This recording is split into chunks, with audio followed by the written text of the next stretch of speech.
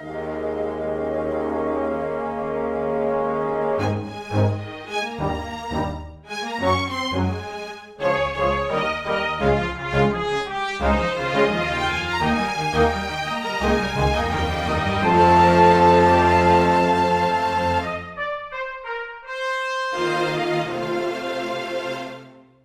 everyone. I'm Nick, and this is Chris. Welcome to Weekly Manga Recap here on November the 4th of 2020. Chris, it's good to see you, man. It's good to see you, Nick. It's good to see your smiling face, although you rarely smile. It's usually I don't usually smile a lot. I've got my wonderful girlfriend Nicole refers to it as that I have resting murder face. Yeah, I could see that. Like, who would they get to cast you in the movie? I'm trying to think who would be like that person. Maybe like one of the, Bill Skarsgård or something like that. Someone where you're just like, this is an unsettling face. But then you get to know them, and they're utterly charming. Yeah. Yeah. He was the guy who played Pennywise, right? Yep. Yeah. Everything that I've heard about him in the time he was working on that movie, apparently he was very lovely. Oh, yeah. I think my favorite is like you could just see like two screenshots of essentially him and Bill Hader on set, he does that, and like the instant response is Bill Hader like like it seems kind of legitimate too. Yeah. Every so often I stop and I think about how perfectly cast Inside Out was with all of the emotions, where you're just like, yeah, of course Phyllis from The Office should have been sadness, and right. Lewis Black should have been anger. And I'm always like, was Bill Hader right for Fear? And then I'm like, yeah, absolutely. As you get to know him, you're like, yeah, he was perfect for Fear. That was really like a 5 out of 5 casting for those emotions. Bill Hader, and God, what a movie that would have been to like get to participate in with those two. Yeah. Chris, we have a lot of manga to talk about today. Yes, we do. Because we hit one of those weeks where a bunch of our regular series hit at once. So we've got a number of things to discuss. We don't have a recommendation this week. I've got one all picked out, but you have chosen that we are not going to review it until the end of the episode. There was an opportunity at the start, and I said no. Make them wait. Yeah, I could have revealed it before the show started recording, and then it was like people were like, "Well, what was it then?" And I was like, no, you missed your chance. But because you know what America needs right now, Nick, is more waiting, anticipation. more anticipation for things. Not to date the episode, it's the Wednesday after the first Tuesday of November on a year divisible by 4. That's all I'm going to say. We're going so for those of you who aren't listening to this like in the near future, people are kind of going through a lot of stress right now. We're going to help you guys forget about that and just think about stupid things like manga. So did you know this week calories don't count at all? Like they just don't. I went into my app and they said you could have candy bars at night, and that's what I'm gonna do now because it just doesn't count this week. So fucking go at it. I don't stress eat very much, but yesterday I had like a peanut butter sandwich and Cheetos, and I drank a soda. And then after a bit, my stomach bothered me, so I took some Tums. And then a little bit after that, my stomach was like, "Nick, you need to stop doing this." And I'm like, "Oh, this bag of Skittles is good." This bag of Skittles is gonna eat itself. I have been the opposite. I was the opposite yesterday. I ate almost nothing yesterday, and now today my body is just like, yeah, you ate so little yesterday. You could have like 4 candy bars today. Remember when you went into the store at Target earlier today and you found they had white fudge covered Oreos? You could have like 7 of those. And I'm like, that sounds like a plan, my man. But this week where it doesn't count, I could dig it. It was, it's not a very healthy way. Nope, it's liberating. It's free this week, Nick. Stop criticizing it. All right. We have a lot of manga to discuss. And I came to a revelation. So I've read all the chapters this week. Very rarely do I actually go into an episode weekly manga recap not having read one of the chapters. Usually it's because Crunchyroll didn't update it, or in very special cases like, well, Nick, this Food Wars bonus chapter came out only today, and it's funnier if you don't react to it, so I'm like, all right, fine. But this week, I gave the people the option. They could decide if I was going to actually review everything or would just remember stuff as I read through it. They chose the latter. And I remember as I'm staring at the first page of this chapter of My Hero Academia, what happens in it. And I came to a bit of a revelation about how the series has been going in general. Mhm. And I think we'll get into it when we get to the end of the chapter, but it's not a very good revelation I had, unfortunately. So Aw. it's number 289, Miss Candid and Miss Shutaway. So we get a flashback at the beginning of this episode to see that Ida broke off from Nejire in order to not broke off from Nejire. He went off along with Nejire to try and find the group that had gone to go and fight Shigaraki because, of course, Todoroki had split off from them, and Deku had, and Bakugo had, and this weird staggered pattern so that all the important characters were over there. And they got in contact to say, like, hey, those of you can fly, pass this message on to get the heroes fighting near the hospital. And of course, Nejire can fly, and he is like, I'm going too. And they're like, you can't. Oh, he run fast. It's like, that makes sense. And he basically explains to Nejire the reason he's coming along is like, yeah, 3 of my classmates ran off, and they might be dead. But also, you know, he and Todoroki and Deku went through all that stuff with Stain, so he feels an obligation to do right by them and stuff. Yeah. Things aren't looking good for Bakugo and Deku. No, They are very beat up. And apparently, Shigaraki has become the bad guy from Wild Wild West, and he's a giant spider now. Yes, and All For One is trying to crawl out of his face, and he's arguing with himself over what to do next, because Shigaraki doesn't want to retreat, and All For One does want them to. Not Todoroki. Shigaraki doesn't want them to. All For One wants them to retreat. Nejire shows up and fires a blast. Ida shows up to help out everyone, and they deliver the message. Oh, there's this gigantic villain making its way over. Of course, Deku is like, well, I've got to stay here and keep fighting. But Todoroki is like, get the injured people out of here because they're really hurt. But Deku's like, no. Todoroki is squaring off now against Shigaraki. His flame starts to kick in. We cut then over to Uraraka, who is still scuffling with Toga.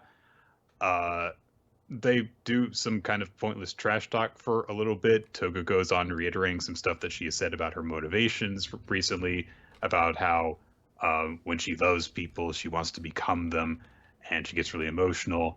And then she recaps what happened during the villain arc, where she went up against the tabloid journalist girl. And she said, yeah, this one nasty lady said my normal was sad and miserable. And then she tried to kill me. So you know what I did? I used your blood and your quirk to drop her from way up high. Drinking the blood of someone I love gives me their quirk too. I was so happy when it happened. And Toga, of course, upsets Uraraka by saying this because she's like, if I would never do that. I would never be happy about sending someone plummeting to their death. What the hell is that? Then Toga kind of takes out this little charm that she had swiped off of Uraraka's utility belt during their scuffle. It's the All Might charm that Deku got for her as a gift. And of course, Uraraka's upset about this. And Toga's like, oh, this is precious to you, huh? Well, Jean was like a precious big brother to me. We're the same, because I know you like Izuku. I've always felt that. So Izuku must have given this to you, right? That makes us the same. She's crazy. It's okay that it doesn't make sense. Yeah. So Uraraka's just trying to ignore all this because she realizes, like, this is all just distracting me.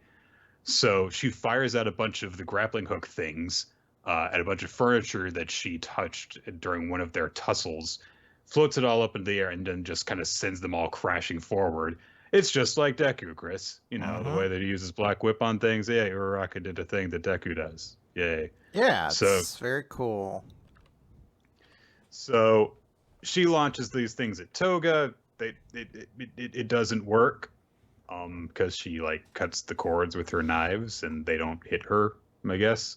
Wait, hold on. Were you saying Uraraka was worthless? So Uraraka fires the things at Toga. She slashes the ropes, I think, and they kind of just land around her. And Uraraka says, if you're going to live as you please and threaten people, then you also have to live with the consequences. And now Toga has this kind of I guess, torn look on her face because she's like smiling, but she's also tearing up. And she's like, "That's what I thought. Well, thanks for that. Bye." Uh, she takes out a bunch of knives, presumably to try and throw them at Uraraka. But suddenly Suyu's tongue shoots out from a doorway, and Froppy arrives on the scene. And stuff goes kadoom, and Toga vanishes because, I don't know, she's gone. I assumed the Kadoom in my mind. I was like, oh, like Gigantomachia ran through nearby, but then we see he's at the fight or like coming towards the other fight. So I'm like, maybe the proximity is supposed to be there, or maybe like the washing machine just spontaneously exploded and they're like, ah, damn it, she got away when that happened.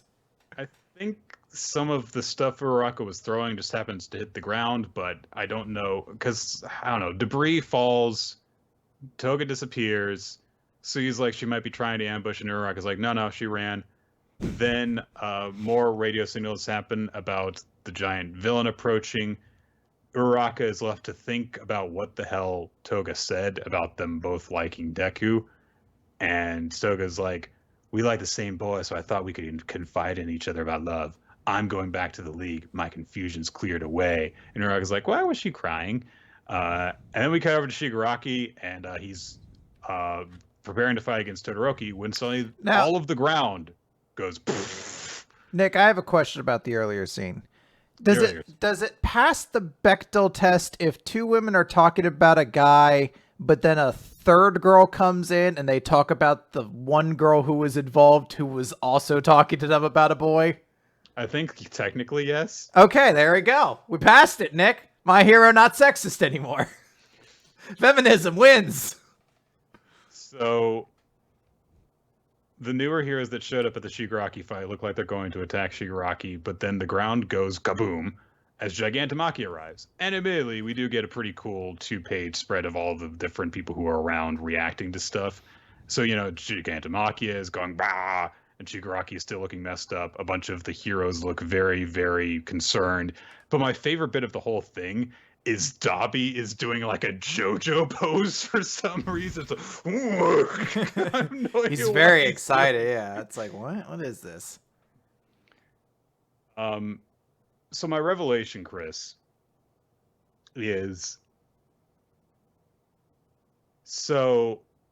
being this confused about My Hero Academia is roughly the level of confusion I've been having about One Piece for approximately this entire fight while they've been at Kaido's Island. And it occurred to me, Chris must just feel this way all the time about My Hero Academia. So there was, how there was that whole episode where you're like, I don't know who X-Drake is. You keep telling me this is a person who's important, and I'm just going to believe you. I had that moment when Nejire showed up here, because the only thought I could have in my mind is like, remember when WWE pushed Vladimir Kozlov and it was like, he's going to fight The Undertaker. And it was supposed to be a big deal. And kind of everyone who was watching was like, I don't think this is. I don't think this is.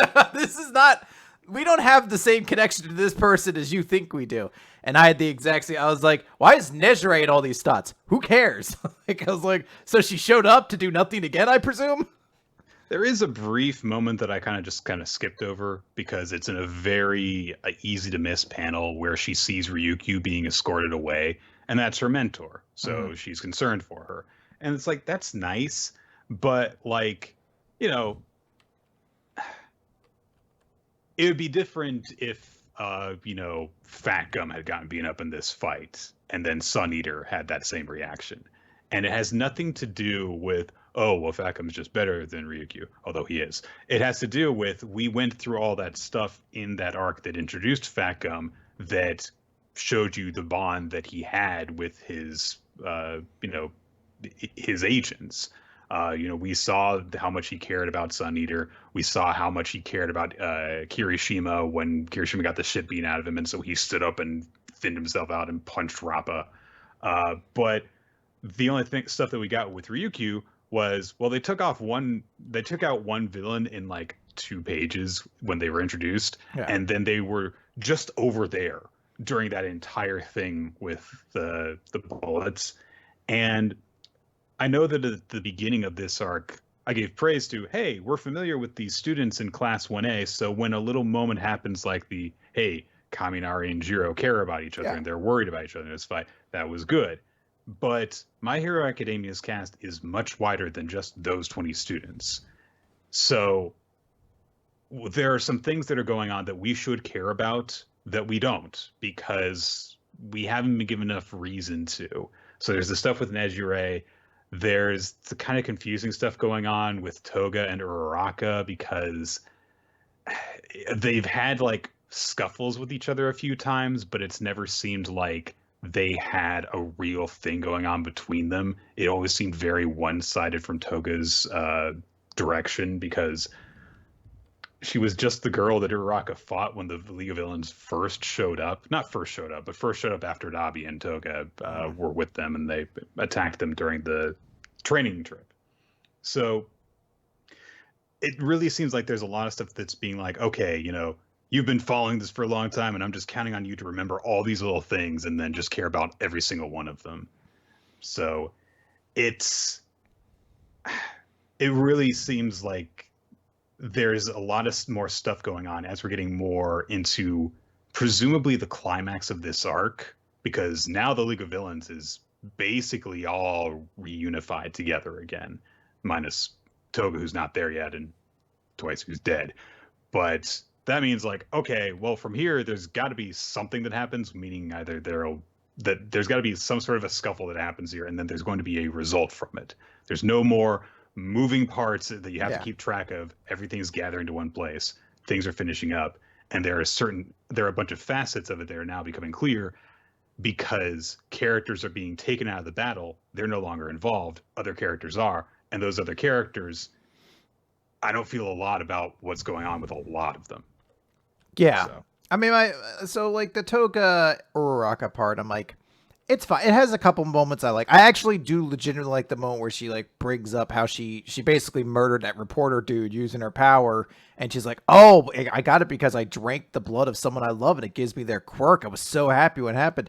But then the conversation doesn't kind of continue from there. Like Uraraka's response is like, "I don't get what you mean. What is the point of that? Like, why are you? What's the physical point of you saying that?" And you're like, kind of ends that interesting line of conversation, and then just moves to like, "But we both love Deku," and I'm like, look, I don't know if Horikoshi feels that he has like a red hot romance in this series, but it's not there.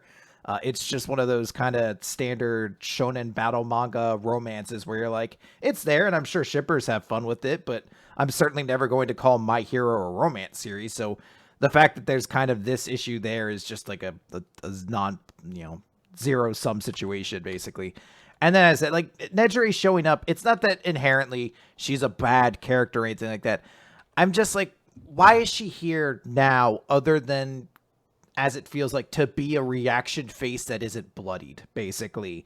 Like, I kind of get trying to find something for Ingenium to do, and I'm like, as somebody who likes Ida, I'm like, cool, he's there, even though I feel kind of the same way. Like, what's the point of you showing up now, I guess? And I guess maybe there's just part of me that's like, they better not fucking end this with the League of Villains just picking up Shigaraki and being like, we'll get you next time. Like, if they just leave him, there's a point where I might be like, we might have to take a month off of My Hero for me to like get over it, because that would be the most infuriating I don't thing. think that'll be it. Dabi clearly wants to kill some heroes. Yeah. So, and Shigaraki doesn't want to leave yet. And I don't think that anyone other than Skeptic really wants to just leave as soon as they get back together. So I think that we're going to at least see some fighting. But yeah. To go into the Toga thing a bit, I know that part of the point is just that to play into she is just kind of crazy. Yeah. And obviously it makes sense that Uraraka is confused by a lot of the things that she's saying because she wasn't around during that whole thing that Toga had during the villain arc, where we learned about her backstory and we learned how the depths of her emotions had unlocked a new ability in her quirk and gotten more insight into how she felt towards the heroes. And she has been present during the conversations she's had with other people that have her given these conflicting thoughts. And so then when Toga is upset and she cries and runs off, of course Uraraka's like, what was that about? But I feel like this could very easily be made a little bit better by just having Uraka be more confused by what's going on. Like, play into the whole thing, like, what are you talking about? I don't, what, just like, Yeah. play into that, because as is, it really does just kind of seem like, oh, this is like a rivalry, I guess, that feels underdeveloped, which, I know that's part of the point, but play into it more at least. No, I completely agree. It feels like if you're gonna make that her character trait, if you dig into it a little bit more, it makes it more evident. Otherwise, it just feels like Toga's not making sense, and Uraraka's like, "Stop that! I don't like that," and you're like, "That doesn't make a great conversation." Basically, Yeah. It's like when we went over Time Paradox Ghost Rider, and as I reiterated on the most recent edition of Jump Date, which you can check out on my YouTube, look up Nick of Time, Jump Date, Fall 2020. But Time Paradox Ghost Rider was trying to do a lot of different things, and because of that, it never really seemed to kind of actually dig down into, like, there was like, it would bring up things that were immediately surface level. Oh, that's interesting. I want to see that explored. And then it would kind of just do a bunch of those. And before it really dug into any of them, it was over. So it never got to actually hit deeply on a point that it probably could have eventually, but that it would have definitely if it had just stuck to it and done that. And it's like that with this, where there's a whole lot of things going on, and you're just kind of entrusting people to just say like, oh, yes, I connect with that. When it's like, if you spent a little bit more time on a few different ones, you would get more people to more easily connect with them. So quality over quantity sometimes. So let's move on, though, to Kaiju number 8, chapter 15. We see that the cleanup crew is kind of from a long distance observing the damage. They're watching the action from, with binoculars from a nearby rooftop and stuff.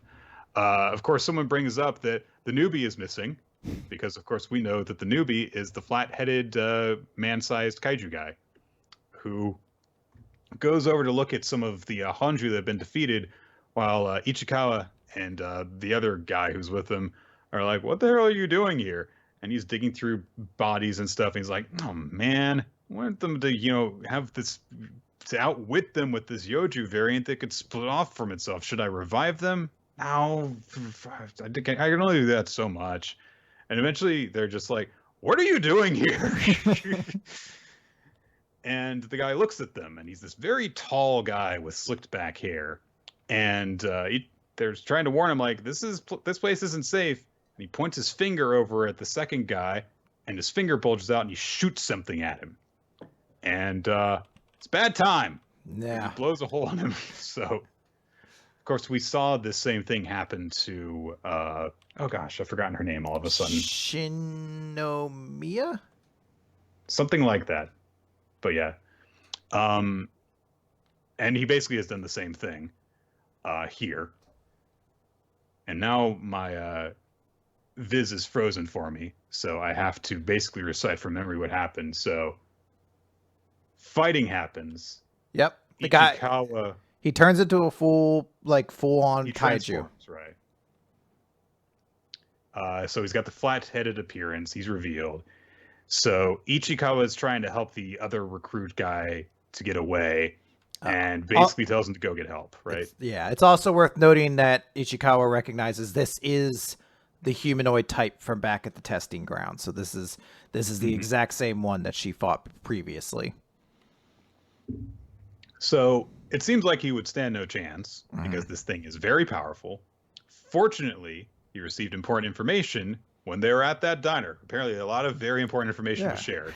So, which was that the humanoid kaiju has a tell, which is that his finger swells up when he points just before he can fire.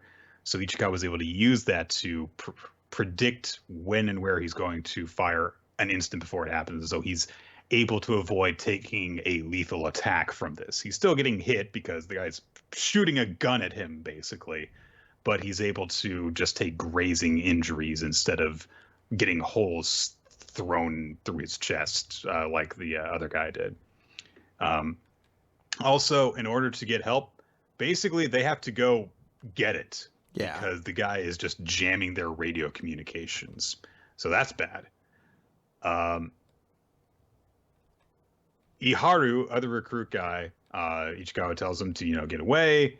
Ichikawa saves his ass from getting a hole blown in him because he's too busy screaming back. He's like, I don't want to be saved by you, because he has his fragile masculinity challenged because he was one of the people that recognized he was getting surpassed earlier. So he's like, no, I've been training for years. Mm-hmm. So things aren't going well for them.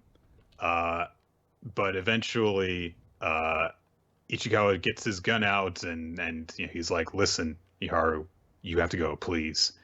And he goes off, and Ichikawa's like, this is bad, this is scary. This thing took down Shinami of all people. I don't stand a chance against it. But the kind of officer I strive to be is one who can lay his life on the line to protect one of his own at a time like this. And of course, he thinks about when Kafka first saved him way back at the beginning of the series, and put his life on the line just to buy him some time. And so this is it. He's activating his suits and getting all pumped up and trying to fight this thing for as long as he can. So yep. So I there was a bit of a discussion in the Discord this week about this. There's the moment where Reno is dodging a couple shots, and then the kaiju is just like, hey, how can you keep dodging him? And then he is like, you can see my shots. And in that shot, you can see Reno's eyes have like sort of like that extra ring layer around it. We've seen it a couple different times throughout the series. People have kind of gone. Well, people are starting to wonder if that is meant to be actually a thing in the series, because we saw it, I think, 2 weeks ago, or like 3 weeks ago, when there was the chapter where Ichimaru, whatever guy, I forget his name, the vice captain, basically said, like, there's only one other person who has real potential in this class, and it's Reno. And in that shot with Reno, he also has the eyes. It might just be a stylistic thing that shows when characters are really fucking serious, they get that eyes. But it is something that's kind of worth noting that we're now seeing this consistency. Yeah, it might be a stylistic choice, but it could have meaning. You never know with manga. Yeah, you never know.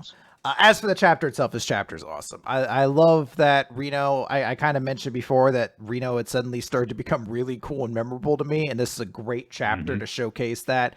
Doesn't need any of the other cast, really. He has the one other dude who they did establish has an issue with the fact that Reno's becoming very talented very quickly. So I like that follow-up is there. But just the fact that Reno looks good without curb stomping the seriousness of the situation. He's dodging these shots, but he's still taking hits. He can't do this forever, but it's one of those very effective ways of making both characters look very cool. So you really do want to see how this ends. Yeah, it's cool. Yeah. All right, Chris, let's go over to Spy Family, Mission 36. So, at Anya's school, there's a bulletin posted that the Imperial Scholar get-togethers are beginning soon. Damien and his cronies are checking out this announcement, but they're like, oh, well, that doesn't really have anything to do with us yet, and they walk off. Anya is watching them from around the corner because she's thinking about Lloyd's mission and how she's like, okay, I've got to be an Imperial Scholar so we can go to those fancy meetings. But the thing is, I've given up on earning 8 stellar stars. I do like the proud. I've given up. This determined, stern look on her face, like, I've given up on that hard shit. Because she acknowledges, like, my learning is not getting better. I'm not getting better at sports, so I've started to get really discouraged. So that leaves Plan B, befriending Scion Boy. And as Damien's walking by, of course, he and his friends see her weirdly looking at them and like with narrowed eyes from around the corner, and they're like, stop staring at us. And so she's like, and that plan isn't going well either. So she's like, so frustrated. And Becky's there, and she's like, I'm also frustrated seeing you like this. Oh, I know how you feel on your love is so hard to communicate. And so he just has like this, like, let's see, I love Papa, I love Mama, I love Peanuts, I love Bond, I love cartoons, the Scion Boy. No, that's not it. It's just, she has to like do all the mental calculations. Like, well, these are all things I love. What do I? Nah, that's not it. No. So Becky, of course, is the shipper on deck. So she's like, I'll help him make you make him fall for you because boys are easily fooled by outward appearances. So we gotta get you all cute, and he'll fall head over heels for you. So this weekend, you and I are going shopping. That's right. It's an Anya and Becky chapter, which we haven't really had before. Becky's featured in some of the school life chapters, but this is a really big Becky chapter. So yeah. And we get like little looks at Becky's attendant, I guess we'll call her. Her chaperone, I guess. This older woman named Martha, who's like, is driving them to the store. Apparently Becky went to pick Anya up from her apartment, and she was really upset that Lloyd wasn't there. So, yep. So, God damn it, my computer's frozen again. So Lloyd saw this as a great opportunity because, of course, Becky's family is also very prominent, and so he's like, well, if you make friends with them, that could have great benefits. So, yeah, sure, take the spending money. And Anya's just thinking to herself, how many peanuts can I buy with this? This is very similar to money can buy many peanuts. Yeah. But, of course, Becky reminds her, we're going shopping for clothes. Becky is a VIP customer at the place that they go to, at this boutique with fancy clothing. So the entire department's been like rented out by her. All of these store attendants are there to greet her. They're all lined up. The way that the wealthy live is ridiculous. One of those kind of things. I don't know why I'm so amused, because you said like the driver's name, I guess, is Martha. And, I think so. Well, it's just the fact that if you say Martha, immediately people in the chat start making Batman Superman references. Why'd you say that name? Oh, my maid's name is named Martha. Is your maid named Martha? Is there a dumber twist in movie history than both Batman and Superman's mothers have the same name? Yes. This movie is now a miniseries. Yeah, well, it just is now. So, also there's the note that because Anya's like, how much money did you bring? And she's like, oh, I never bring money anymore. She's just so rich you don't need to. But she's like, look, we're gonna go through this store and we're gonna find you a look that even Damien can't resist. And we get what starts off as like one of those. It's kind of like. So it's done in the style of like, oh, it's the Anya line. Yeah. And so she's like a fashion model, but it's basically like going into the dressing room and trying on all the outfits, one of those kind of montages. And so at first it's like, oh, look at Anya and all these cute outfits. And there are some that I think are actually very adorable. And there's also a couple of cute references here and there that are pretty easy to spot. There's one where she looks a hell of a lot like Chun-Li. There's one where she looks like Madeline, which is called a schoolboy look, but that straw hat just makes me think of Madeline. Anyway. I was gonna say you had to tag yourself. Which Anya are you, Nick? I'm I'm Space Age Ensemble Anya.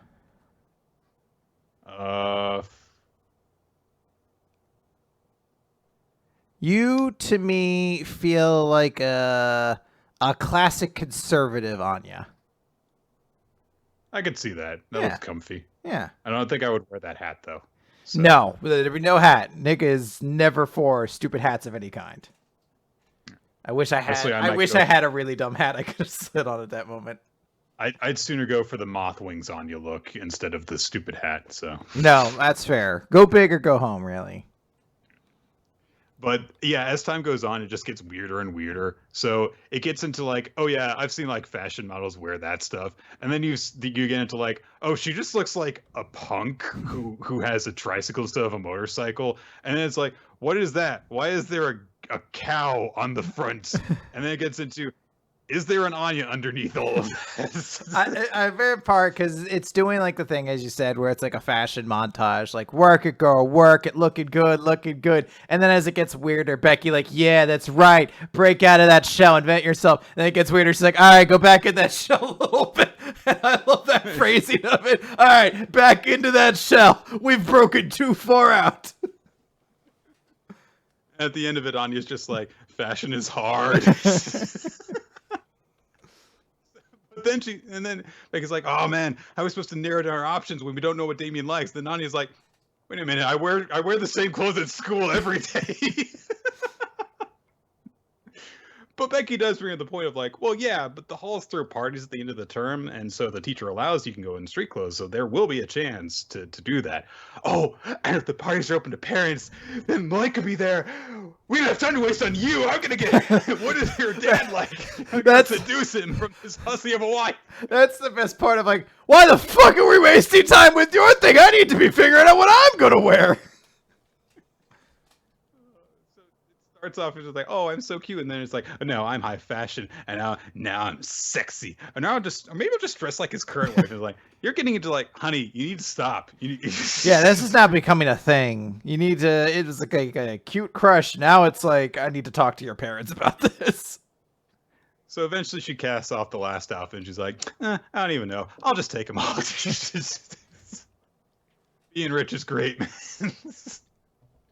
So then she's like, all right, let's go check out the shoes. And we get a very brief montage of them going to try on shoes, going to try on hats, going to try on sunglasses, looking around the store. And then they go to the cafe to rest a bit. And it pans over and Martha's just like, madam, you've bought too much. And she's just hidden behind all the boxes. And Becky's like, Martha, where are you? Becky asks, have you even bought anything? And Anya's like, I don't even know what I want. Fashion is hard. But then Becky asks her, did you have fun shopping? And he's like, I had so much fun. Her face lights up. It was the first time I've gone shopping with a friend. And Becky's, really startled and pleased by this. So she's like, let's get back to it. And there was this nice little shot of Martha's, just there chaperoning them. And she's, kind of sitting back and just, smiling that her little mistress is having a good time. They go into another store, and Anya spots some charms on display. And she's like, oh, where are these sheep? It's the department store's mascot. So she's like, well, I want to buy that. And Becky's like, what, a keychain? And Anya says, well, this way I won't forget our shopping trip together. And Becky thinks, well, I guess I should too.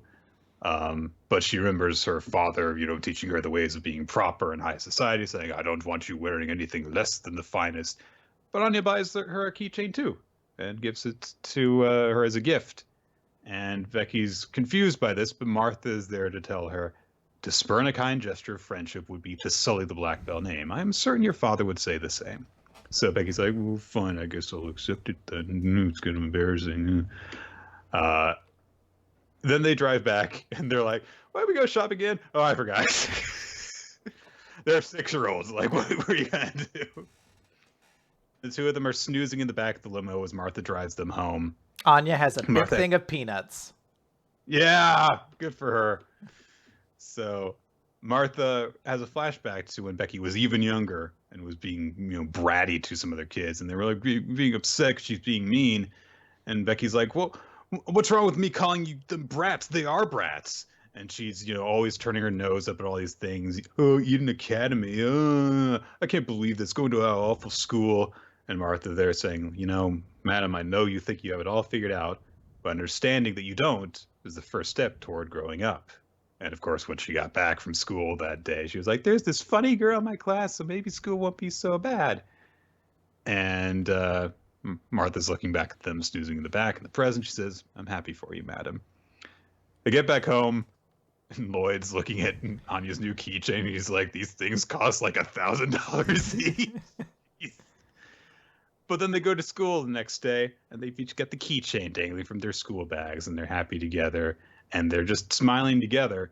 And as they're just walking through the courtyard smiling, Damien spots the two of them all happy together, and he starts to get a little blush. Oh, their shopping trip to get Damien's attention worked out after all.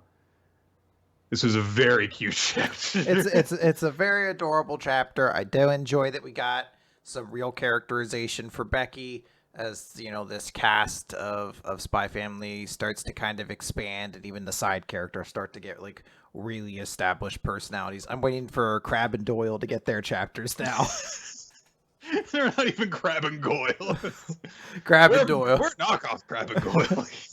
A Lobster and Boyles and whatever their names are. lobstering boils.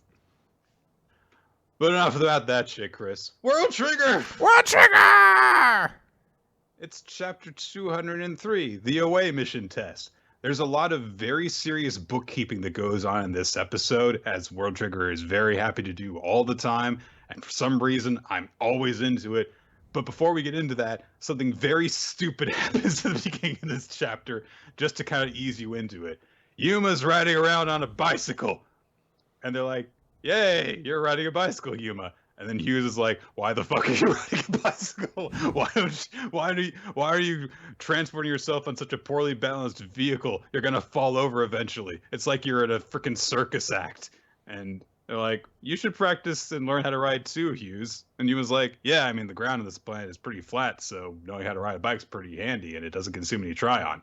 And you know what? Chika and Konami ride around like it's no big deal." So Hughes just immediately imagines Konami being like, "You can't even ride a bike." So he gets on that thing and falls over. It's almost as though he gets on it and it tips over with no other movement or physics involved. He just sits on it and then it topples over and has the best response ever as a deflection. This was only the logical. This was the logical result. Like, all right, buddy. This was an inevitability. It's not my fault for being shit at it. But Shura comes outside to tell them that the selection test schedule has been posted, and so we can see this little notification on her phone. It's like, "Away mission selection test schedule and preliminary survey," and Hughes is just like, "I can't read." I like how Yuma's like, "Yeah, this is too hard for me too." But essentially, she just says, like, okay, so there's a selection test. There's a phase 1 of the test that runs for a week starting next Monday. And then immediately after, there is a phase 2, which lasts for 2 days before the orientation. There's a participant survey. Yay! Now, to be fair, we did know about this, just to be clear. It's right, or the exam rather, not the participant survey. That's a new part. Yeah, that's the real, like, all right. Nick, aren't you excited for the World Trigger chapter where they fill out a survey? No. That's what we're supposed to do. So it's just a survey that's like, there's 3 questions on it. Do you want to join the away mission? What besides the members of your squad, who would you prefer to join on the away mission? And 3, would you prefer not to work with anyone? Pick up to 2 agents. And so they're like, all right. There's a few observations that get made occasionally. Like Osamu's like, Arashiyama's not on here. Satori's not on there. Mitsuru's not on there. But Kitora's name is there. Nick. So that ship. Osamu right away is like, well, Kitora's going on my list of people I'd like to work with. Oh yeah, I get it. I bet she is. and she's like, wait, Osamu Mikuma's going, whatever. That'd be great. She looks at the list. She's like, who? And just keeps scrolling. Like, wait, no, you guys are like a big kind of thing. I mean. Naruyuki Uega. No, that's the other glasses guy. She's like, I don't remember which one of you's which. All right, you're a way bigger loser. You don't have 5 women pining after you. That one's got abs, at least. I mean, what do you have? A crippling sense of moral responsibility? Yeah, I don't know if that's the most attractive trait in a man. Self-doubt, which comes into very tedious conflict with a sense of duty. Every waking moment is an internal nightmare. I have to do everything, but I don't think I can do anything. And why is that good? Every day I make 1,000 decisions of things what not to do, and every one of them leaves a regret, the wound that lays deep in my heart. Like, all right, I decided to have cereal today instead of eggs. What if that's cost my... Because I didn't consume enough eggs? What if this is why my team doesn't make the away mission? Because I had eggs and I had a big belly of food. Osamu, we're already ranked high enough. We're going on the mission. But what if? What if the guy who makes eggs doesn't like that I ate too many eggs and he calls border and gets us taken off the mission? This is just me. This is me now. I'm just placing myself onto Yuiga. What if I don't help that couple find their non-chips and they get in an accident and die hungry and unfulfilled on the way home? Oh boy. Yuma, bro that he is just like, I'm just picking the people that I've eaten meat with. Like, yeah. That's essentially who he goes with. So, and for all of them, he's just like, that's just because we get along. So, Hugh's names Azuma, Murakami, Inukai, and Ikoma Squad's shooter. That's the best part, because I was like, no, I have no idea who it is. I started, like, we just did a bonus podcast where we ranked all the World Trigger squads, and it's great. You should go check it out. It helped me monumentally with this chapter, but there was a moment where I sat there. I was like, all right, you recently looked at a Coma squad. Visualize a member of their squad that is not a Coma. And it was just a blank screen. There was like a uniform with an empty head above it, and I was just like, nope. I love that Hughes goes on to say, because Yuma's like, why aren't you choosing Ikoma himself? And Hughes is just like, I'm choosing based on how obnoxious they were to face in a team. Because he was an asshole. I do like it because, like, I had to stop. I was like, who's Inukai? And I'm like, oh yeah, that was Ninomiya's squad's attacker who held him down that entire last match. So it makes sense that he would respect that guy. Yeah. Recognizing the people that gave him a lot of trouble, basically. And then he's like, also, I'll throw in Ozma Squad and Suzunari Squad's operators. So, and of course, Shiori's the one who knows who they actually are. Yeah. Then they're like, okay, well, you're over the limit, though. I'll write in your runners-up in in your reasoning box. Then they're like, well, I don't know anyone who I don't get along with. Then... don't get along with. Hughes is like, is Jean on there? Chika has to consider it because she's like, Reichi's not on there, Izuho's not on there, Nasu Squad's not going on the away mission. But Shiori's like, hey, you don't have to come up with 5 people if you can't think of all of them, because it says up to 5. Osama's kind of stuck in his last person. He's already got Kitora, Kikuchihara, Izumi, and Azuma. And he's like, well, I don't see Yuiga's name on here, or Kazama's. So he ends up putting down Ninomiya.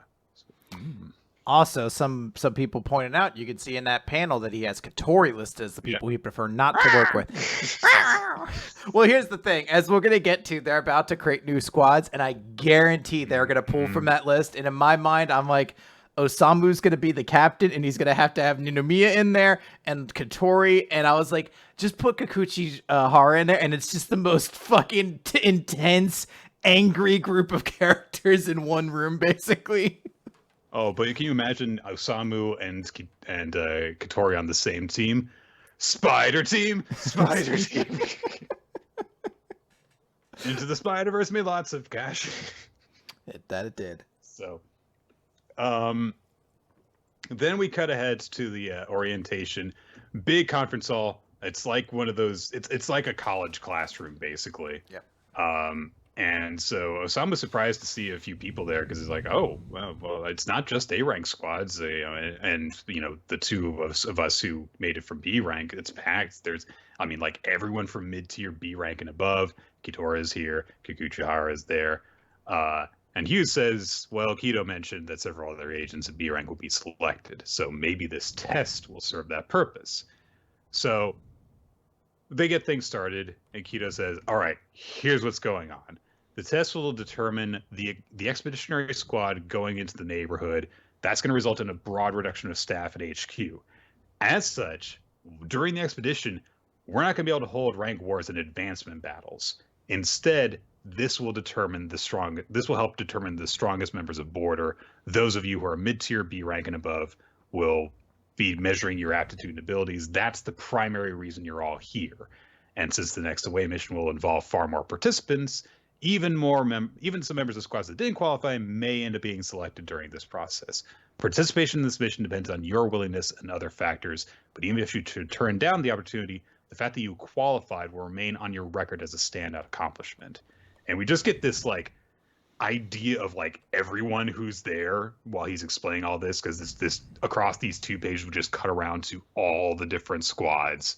So if you really want to be able to brag about your world trigger knowledge, name everyone in these 2 pages. I can't. So... Now I can name all of the squads at the very least, but that's about it. Well, it doesn't help that there's 2 characters we have yet to have been introduced to before. But people are suspecting that's, I think, Urushiwa squad or Urushiwa. I can't remember the exact pronunciation, but there's a squad that is literally just an operator and a dude. So that is presumably who that is.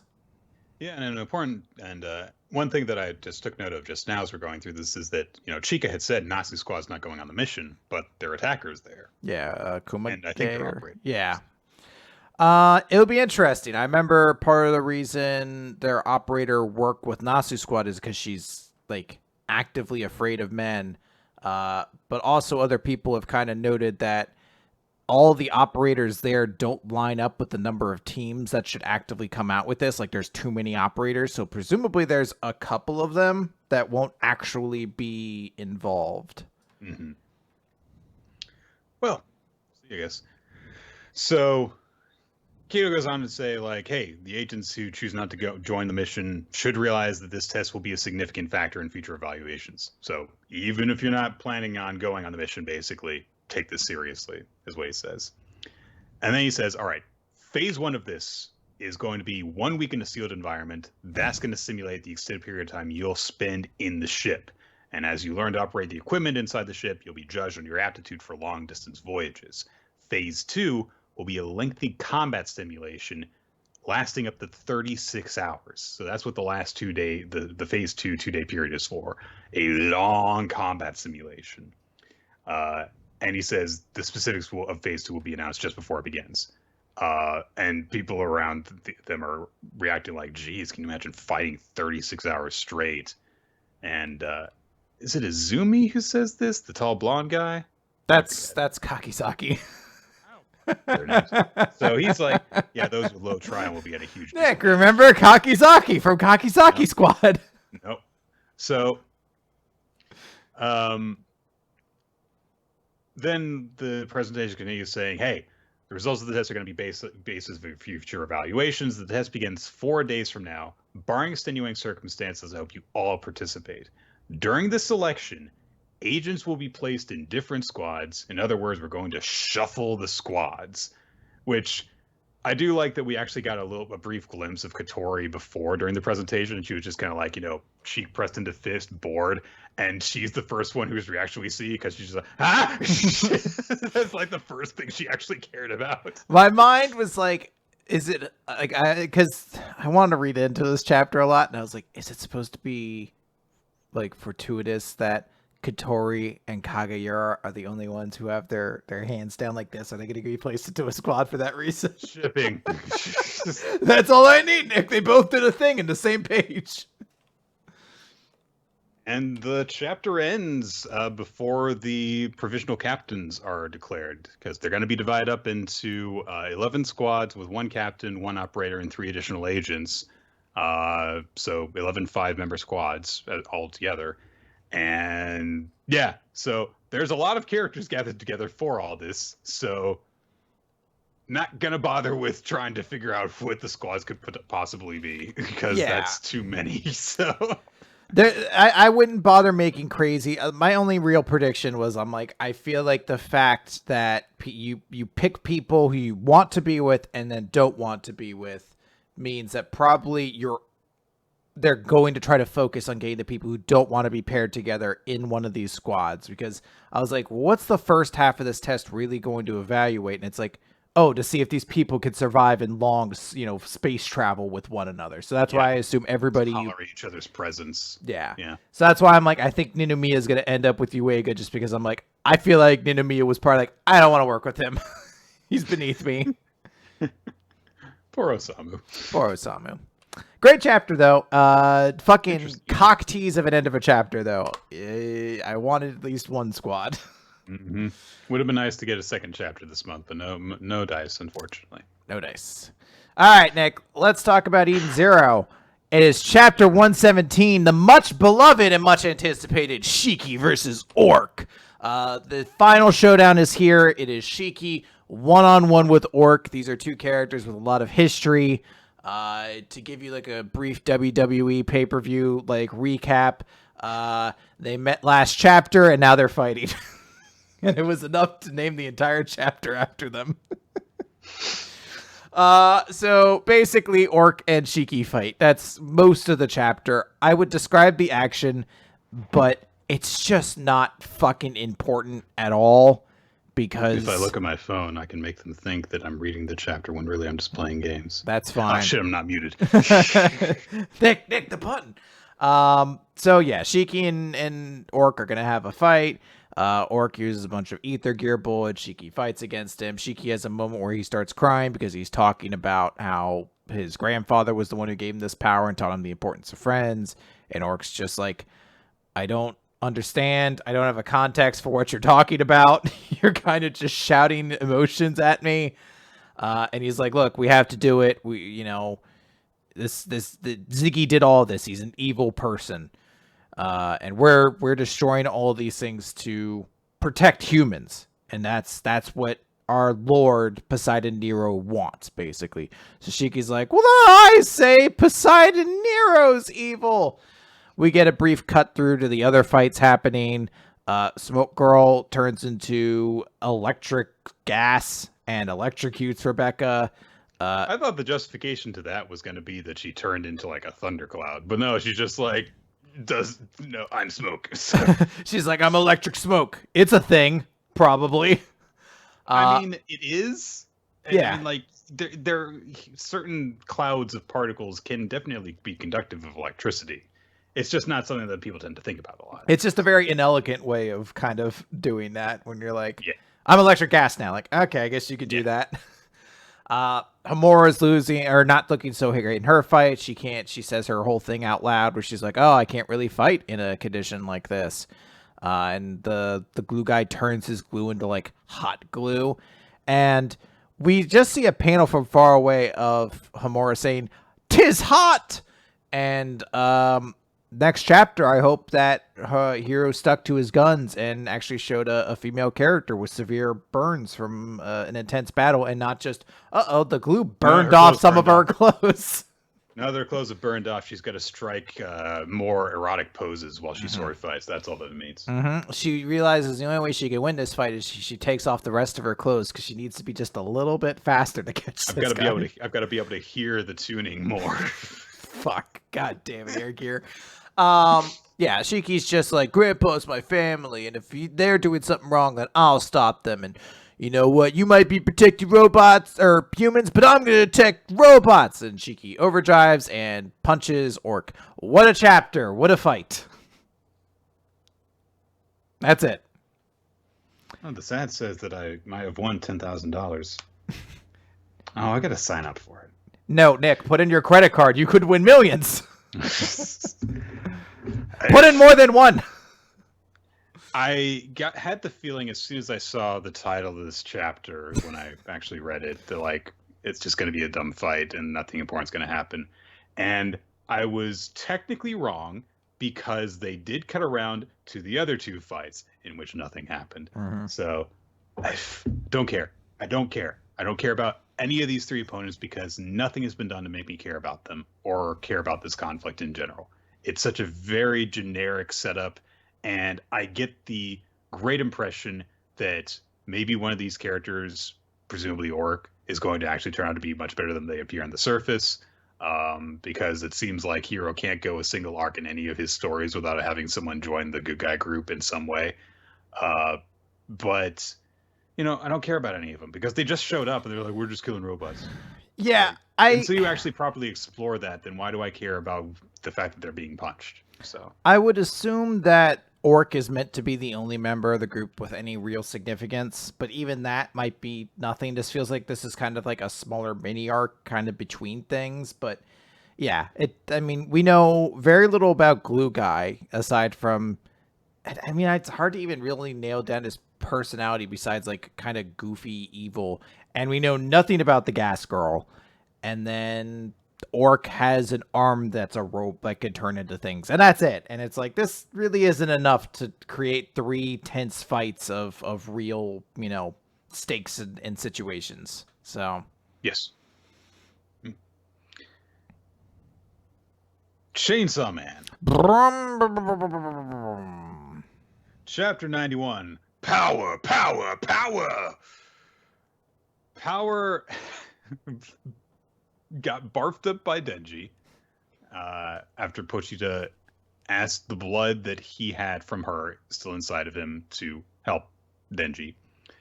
And fought Makima for all of 5 pages before Makima clearly showed that she was no match, and then was like, turn me over to him, and then you can go back to being my dog. And then Power was like, I got him for you, the glory is mine. And so that's where we pick up this chapter. But as she looks back at Makima, and Makima's like, Power, suddenly she kind of freezes up for a bit, and she gets this kind of mystified look on her face, and she just flashes back to all the different memories that she and Denji have shared together. When they did the really weird bathing together thing, but also just a lot of stuff of them just hanging out and just chilling, and the time when they got their uniforms together and stuff like that. And she just remembers, hey, they've been through a lot together. And so she makes a bunch of spears of blood into Makima, and then she runs away with Denji while going, why did I do that? I can't beat Makima. More of Makima's agents try and stop her. One of them summons a praying mantis claw from the ground that attacks Power, but she kills them and then keeps on running. More agents show up, and we get this visual of Power running naked down a road of some sort, while narration says, all lives are equally trivial, including mine. So any death, even my own, is nothing to be sad about. But Denji can't die. And we see her in the present carrying Denji through a pile of corpses, basically. As all the agents that come after her, she kills them. And she escapes into an alleyway and hides the 2 of them in a dumpster. And she says to herself, because Denji's my first friend. Denji comes to, and he's in his uniform, and Power is in her uniform, and she's kind of crouching over him while they're huddled in the dumpster when he wakes up. And when she sees that Denji has woken up, Power gives him this very awkward hug because they're crammed in there. And she says, I'm here to save you. But Denji's like, I've lived enough, Power. I ate a lot of good grub. I flirted with a girl. I got to play video games with you guys. I slept next to you. From my point of view, back when I was stuck in a debt trap, I really did get to live my dream life. So I'm good. There's nothing good waiting for me in life anymore. And plus, you won't be there, right? And Power gets mad at him, starts calling him dummy a lot. And she says, do you miss me so much that you can't do anything? He's like, yeah, I do. Aww. So she says, you're a fool. Go ahead. No, I was just saying, it's very sad. If he's just yeah, there really isn't anything without you. Yeah. The fact that he got her killed would really hit him hard, so. Makima says, when devils die in this world, they're reborn in hell. I won't be me anymore, though. So if we meet again, it'll probably be his enemies. Denji, go find the Blood Devil. Find them, make friends with them somehow, and turn the Blood Devil back into Power again. Then I can be your buddy again, can't I? And she kneels down over him and says, this is a contract, Denji. I'll give you my blood. In exchange, come find me.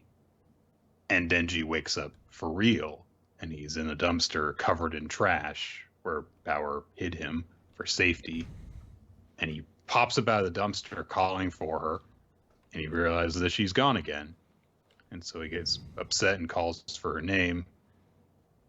But before he can really process what's happened anymore, Kishibe's there. He's sitting next to the dumpster. And he's just, and by the way, Denji is just Denji now. He's no longer the chainsaw man. He's just in his human form, just a guy in his pants with a ripcord sticking out of his chest. And Kishibe says, question, are you Denji or are you the chainsaw monster? If you're Denji, I'll set you free from Makima somehow. If you're a monster, then keep on sleeping in the dumpster. And the two of them just kind of look at each other for a bit. And then Denji gives him the victory sign, the 2 fingers. And that's where the chapter ends. Yeah, I mean, it's a great chapter, man. It's sad, Power has given a form of her life to, get Denji back into it. Obviously, she's still alive in some form down in hell, and that's kind of maybe a mission Denji still has to do. It's a contract, but, it's very sad. Power in this moment chose to die for Denji. Essentially, she knew it was there, but she couldn't sacrifice him and managed to betray Makima. So it's very, very noble of Power. I think that this is much more of the Future Devil's prediction than her previous death was. So,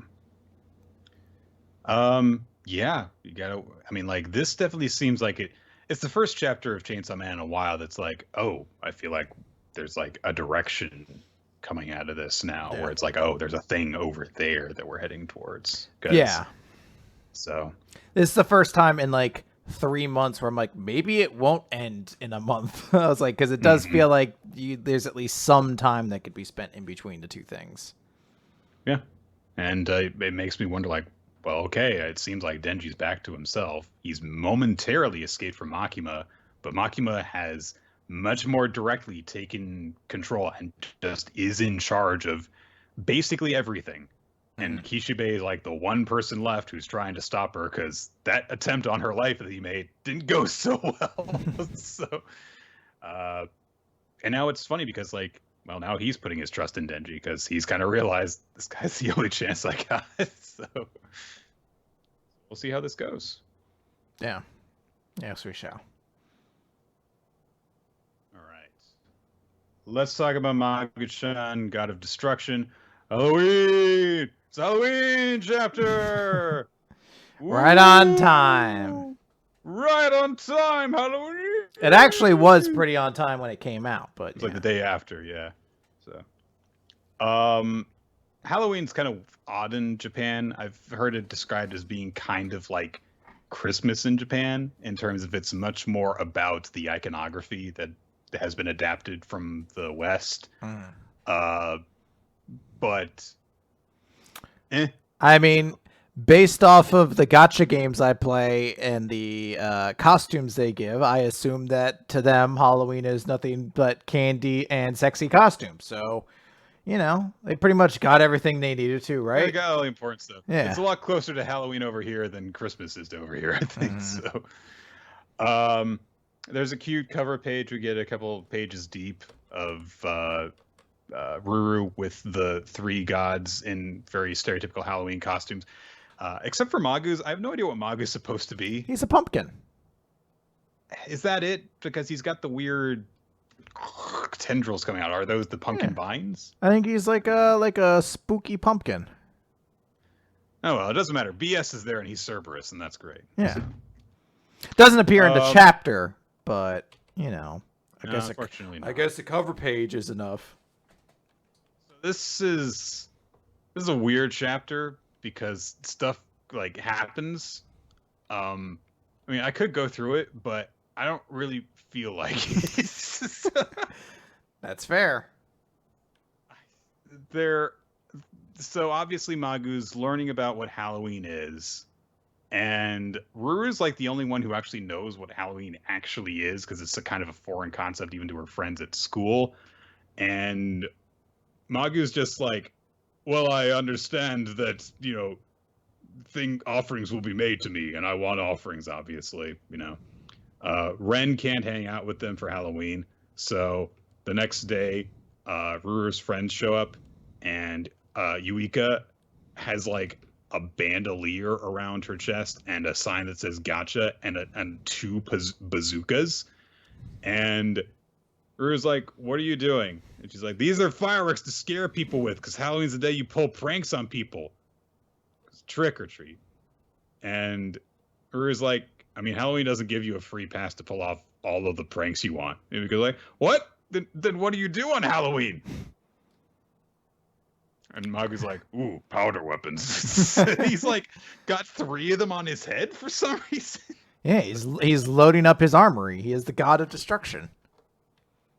Kyo shows up, and she's got the Loch Ness monster paper mache around her head for some reason. Because it's a cryptid. Yes. So. And then she's like, honestly, I knew something was wrong, even as I was working on it in the middle of the night. And she looks very sad about this because she kept on working on it despite this. So. Magu approves. So that's all that matters. And there's a really weird bit where Yuika's like, what if I wear this and then attach the bazookas and make it into a mecha Nessie? Sorry, it's called classy, but it's clearly Nessie. Yeah. Rue realizes that she has no idea what Halloween actually is all of a sudden. And then Nuneris shows up, and she's in a sexy devil kind of outfit. And she's like, let me join in then. I'm a little devil today. And she said, and Rue is like, oh, you and Izuma lived abroad, so you're well versed in what Halloween's like. And Nuneris is like, yeah, of all the aspects of human culture, Halloween's the one I love the most.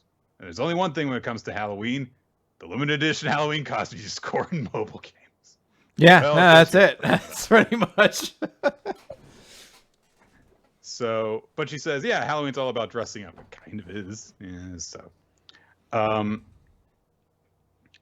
Remember when I was Bane for a week? Yeah, yeah. No, yeah.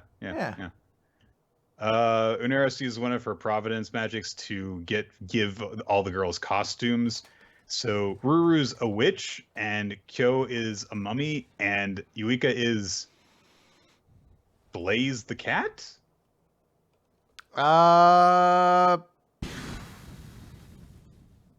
It's a witch, a mummy, and a werewolf, I think. I don't think she's supposed to be anyone specific.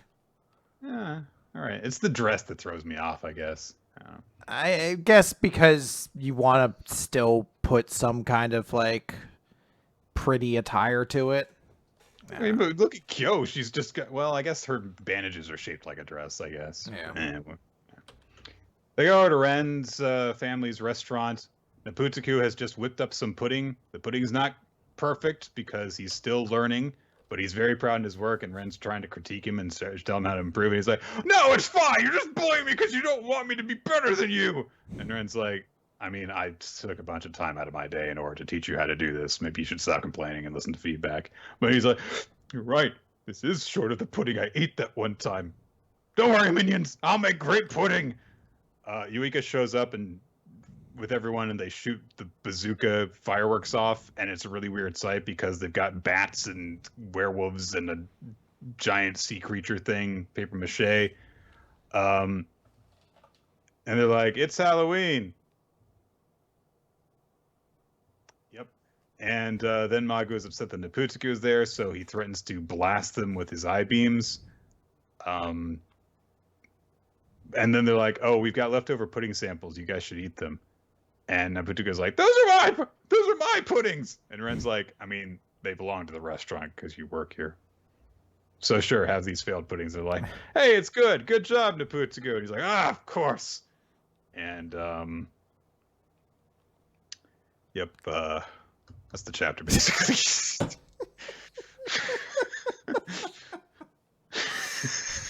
Yeah, I mean, it really was. You're like, and then it kind of ends. It's upsetting because like there's no actual through line of like a thing happens and then that leads to this and then leads to this, other than just what actually happens in it. You know, usually there's like some measure of character development or a conflict that is then resolved. And the conflict in this one apparently was them figuring out what Halloween was and learning to enjoy it, I guess.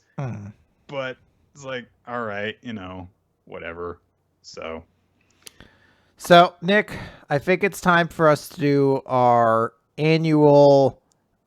weekly rather, is Magu-chan getting canceled or not update? To which the answer is probably not right now. Most likely. But so here's the thing. There is a new series coming. Build King by Shimabukuro is coming out. and it's possible something might leave the magazine. My initial thought was it was Mori King. Mori King was wrapping everything up. Mori King also this chapter just defeated the main antagonist of the series, but then introduced a new antagonist group. So who knows? Mori King, I know, has been like not doing so hot. Its volume sales, I think, went down after the first one. It's been not been promoted very heavily by the magazine. A Gravity Boys, of course, been around for a while. Our Blood Oath apparently is not doing very well at all. No. But once you go through those, it's like then you start to consider between like Magu-chan and Phantom Seer, and it gets kind of hazier. So Hard Boiled Cop and Dolphin is also one that might be on the chopping block. It hasn't been doing super great. It did a little bit better this most recent week, but has been in the past 2 months consistently at the bottom. Who knows? Also, we're in sort of an odd time with Jump where there's a lot of series that are kind of ending. So a lot of spots are kind of naturally just opening up like that. We Never Learn is going to be ending in 7 weeks, presumably. So maybe that will be it. But it is worth noting, I guess. Secret sixth route unlocked. Oh no! It is gonna be the incest one. It's gonna be the one where he hooks up with his male friends. So with that, I would say that if you're worried about Magu-chan, you could feel some level of safety, but I wouldn't get too attached to it quite yet. I would say enjoy the time you have until you hear differently. Yeah, I mean, who knows at this point? And I think that the real thing is going to be because I think that since Ayakashi Triangle volume sales came out, I don't think we've gotten any updates on the series that are more recent than that, which is kind of weird because these are things that came out a couple weeks within it. So I don't know, but yeah, I mean, it might just be a situation where Ayakashi Triangle was the only noteworthy one to talk about, and everything else that came out in that cycle just kind of underperformed like most series tend to. So I guess we'll see. I think that I'm at the point now where as much as of Magu-chan that comes out, I'll be happy with it because it's just nice occasionally. And then you also just get a chapter that's just like, all right, this happened. Oh, right. This is just a comedy series, and sometimes those just end, there's no conclusion to the end of the chapter. All right. It's time for what we've all been waiting for, Chris. Nick, let's talk. We Never Learn discussion. We Never Learn. Question 180. A pizza bet equals the Queen of Thin Ice, Part 3. So, Kirisu starts by answering the phone in a towel that somehow also conforms to every curve of her body. I feel like towels explicitly exist not to do that, or maybe she's intentionally holding it between her thighs. Who knows? I'm actually trying to remember this chapter as we're reading it because I don't remember what happens in this chapter. Well, Chris, you remember how Kirisu was trying to be Ogata in the last chapter? Oh, this one, she's trying to be Asumi. That's right. Because I was like, why the high school, he's watching PE teams train, but then Kirisu's aunt shows up with her young niece, who they had that chapter about a way long time ago. That's actually a nice callback to have her show up again. Yep. A little bit older. And her niece is a lot older now. She looks like she's maybe 5 or 6 years old. I don't know exactly how much time is supposed to have passed. I don't know if they gave a definite to it, but 6 or 7 years old would make sense, I guess. Wow, she's so big. And the aunt's like, hey, could you watch her for the day? Natsumi. And they're like, yep, no problem. And Natsumi's like, question, is that person my Fuyu's fiance? And we're like, what? We learned there's a big wacky scenario because Kirisu has to lie and say Uega is her fiance because she'd be in trouble if not. So they have to pretend to be an engaged couple. What? Nick, no one in the series has done this before. No, this specifically. So that just ends up being the chapter. Natsumi is just like, is very suspicious of them the whole time. She's like, you don't really seem like you're a married couple. You should be more lovey-dovey. Oh, this is how I saw couples operate in magazines. So you should like be clinging on to each other like this. And you should let's all take a bath together. You would have no problem doing that if we were, if you weren't an engaged couple. There's only one moment where like, when she's like, we should take a bath together. And they're like, no. And I do just like that, like, you see Natsumi, she just has a phone. Like, she just pulls it out of the void space and is, like, texting on it. Oh, no, I don't think she's really engaged. But yeah, there's just a bunch of shenanigans. There's a couple like, oh, man, it's so hard to not get a giant erection with this, hot girl in front of me in a bikini. And, oh, we're going to watch movies, and we have to act like a married couple. This is really hard. But, hey, you were there for me all this time. And we get a moment where Kirisu pats Yuiga on the head and says he's quite admirable, reflecting when his father did it to him. And no weird feelings about that whatsoever. That's a healthy way to continue to address your romantic feelings to one another. Admired my dad. Ooh, you're replacing the father figure in my life. And she says, confusing. Yeah, she's like, I'm sure you'll have a beautiful family one day. And I suppose everyone will be like, every day will be like today, So you're going to have a great life, basically. Kind of detaching herself from it. And Yuiga grabs her hand. It's like, actually, you know what? I really didn't like mind today at all. And, there's a moment where, some silliness happens and she falls into him and, Kirisu kind of kisses him on the cheek. And that's when the aunt shows back up and is just like, oh, you really helped me out today. Thanks for watching Natsumi. And like, as they're leaving, Natsumi's like, when she's different, well, she says something. She's like, hey, what would happen if they weren't really engaged? Because she was actually awake while they were talking about how this was an elaborate ruse. And basically, she's just like, well, I just thought she looked different when she's with Yuiga, so I think we should leave them alone. And the aunt's like, oh, yep, because their relationship is a fake. That's what I had suspicions on. That's fine, because that wasn't my intention from the start. It was all to make sure she's in a happy place. You're like, all right, so I guess we got a chapter where there was nothing really there to progress this relationship beyond a brief moment of Yuiga being like, oh, it kind of remind me of my dad a little bit.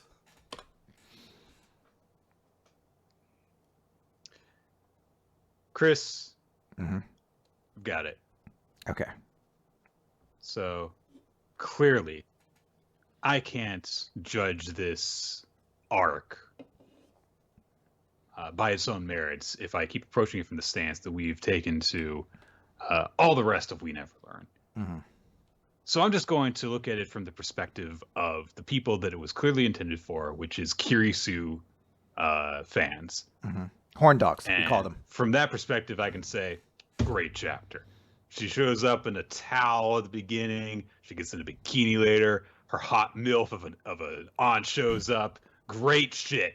So, perfect chapter. No complaints. Can't wait to see her and Yuiga just do it in chapter 9. I'm so looking forward to that. Or maybe, you know what? Instead of Yuiga, it'll just be another Kirisu, and they'll just like make out with each other. Like a mirror universe, like alternate. What if they go back in time? That's what the thing is. In the color page we saw in the first chapter of this, that wasn't ice she was pressed up against. It was the mirror, and she's got to start making out with herself. Beautiful. What if? So there was that whole start where it's like they went, the hand holding maybe the fireworks scene. What if they both bounce into her breasts and go back in time, and Kirisu gets with Yuiga and younger Kirisu? Oh, and then her sister can show up. And it'll be, yes! Yeah, so just get all the girls in there. And then Yuiga's sister could join and she time travels too. And they can all... Yes. Siblings and siblings relationship. Yeah! You gotta get like triple incest in this harem. Triple. There's some other stuff I haven't told you yet. His dad comes back from the dead. So Yuiga's dad's there too. Yeah! Fuck. Alright. God. Sorry about Dr. Stone, Nick. Sorry about Dr. Stone, yeah. It's Z equals 172. I just realized I don't remember what happens in this chapter at all. They mean a new character, Nick. You know what I've always you know what I've always been saying? Dr. Stone doesn't have enough characters. The other day I looked at the 2-page color spread here with like the characters and like some younger versions of themselves, and I said, you know what this series needs? More characters. Because right now I feel like I kind of get the cast, and I feel like if you ballooned it up 4 or 5 times that size, then I would really enjoy it. We get some color pages at the start of this. So this is the first time I think we've seen Luna, her color scheme. She's pink everywhere, which I guess is appropriate for her character, but I really don't like it. So. I think the only part that annoys me is like, first and foremost, why is she still wearing the dress? There was a narrative purpose for her wearing the dress previously, and that she was used as a yardstick. It is a very ill-fitting dress otherwise, and I wish she would wear something that doesn't feel so uncomfortable.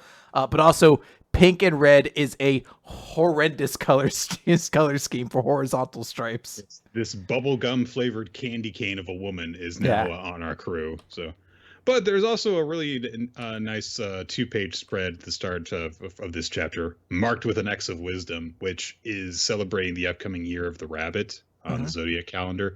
And it's kind of an odd choice, which is it's a bunch of the cast of Dr. Stone interacting with each other's younger selves. But it's cute. Yeah. I'll always say that. I like the image of older Kaseki meeting younger Kaseki, who just looks exactly like him, but with a little bit of hair on the top of his head. So I was like, did Kaseki come out of the womb? Is it like an 80-year-old man?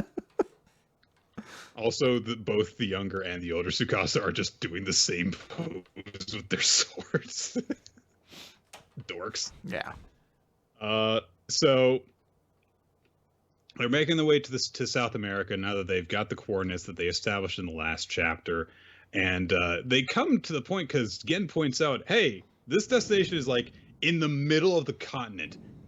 How are we supposed to get there? Because we can't just sail the ship in there. We're going to have to hoof it, and that's going to take a really long time. Is that going to be an easy journey?" And Senku's like, no, that's going through the Amazon. Mosquitoes will kill us. So he says, like, God, the only thing that we can actually do is travel upriver from the ocean, which means we'd have to take the long way around. We have to go around the tip of Argentina in order to get there. It's like, and you could go through the Panama Canal, I guess, but I guess that'd also be very difficult to do with like no one working the canals. So he's like, the big issue that we're running into is fuel. And they have to stop along the coast every now and then to chop a bunch of trees down so that they have the lumber to burn for their fuel to make charcoal. And Zeno points out, yeah, we're slowly progressing and we'll get there. But meanwhile, and we cut over to Stanley's ship and they're just like, yeah, we've got fuel and oil to spare. So they're not going to be able to stay ahead of us for long. Every time that they stop is, a chance for Stanley's group to get closer. And we get a bit of a travel montage over time as them, they have to stop, chop wood, and gather fuel. Taiju, of course, is like, hey, I can keep going all night, guys. Don't worry. I'll just do this to distract myself from the fact that my girlfriend's been separated from me again. But then he sees something glowing in the night sky while he's off working all by himself. And the letters that are in the night sky spell out hell. So that's reassuring. Yeah. Everyone comes out to take a look at the signs. And Kohaku, with her supervision, is able to point out, hey, there's some sort of canvas behind the letters.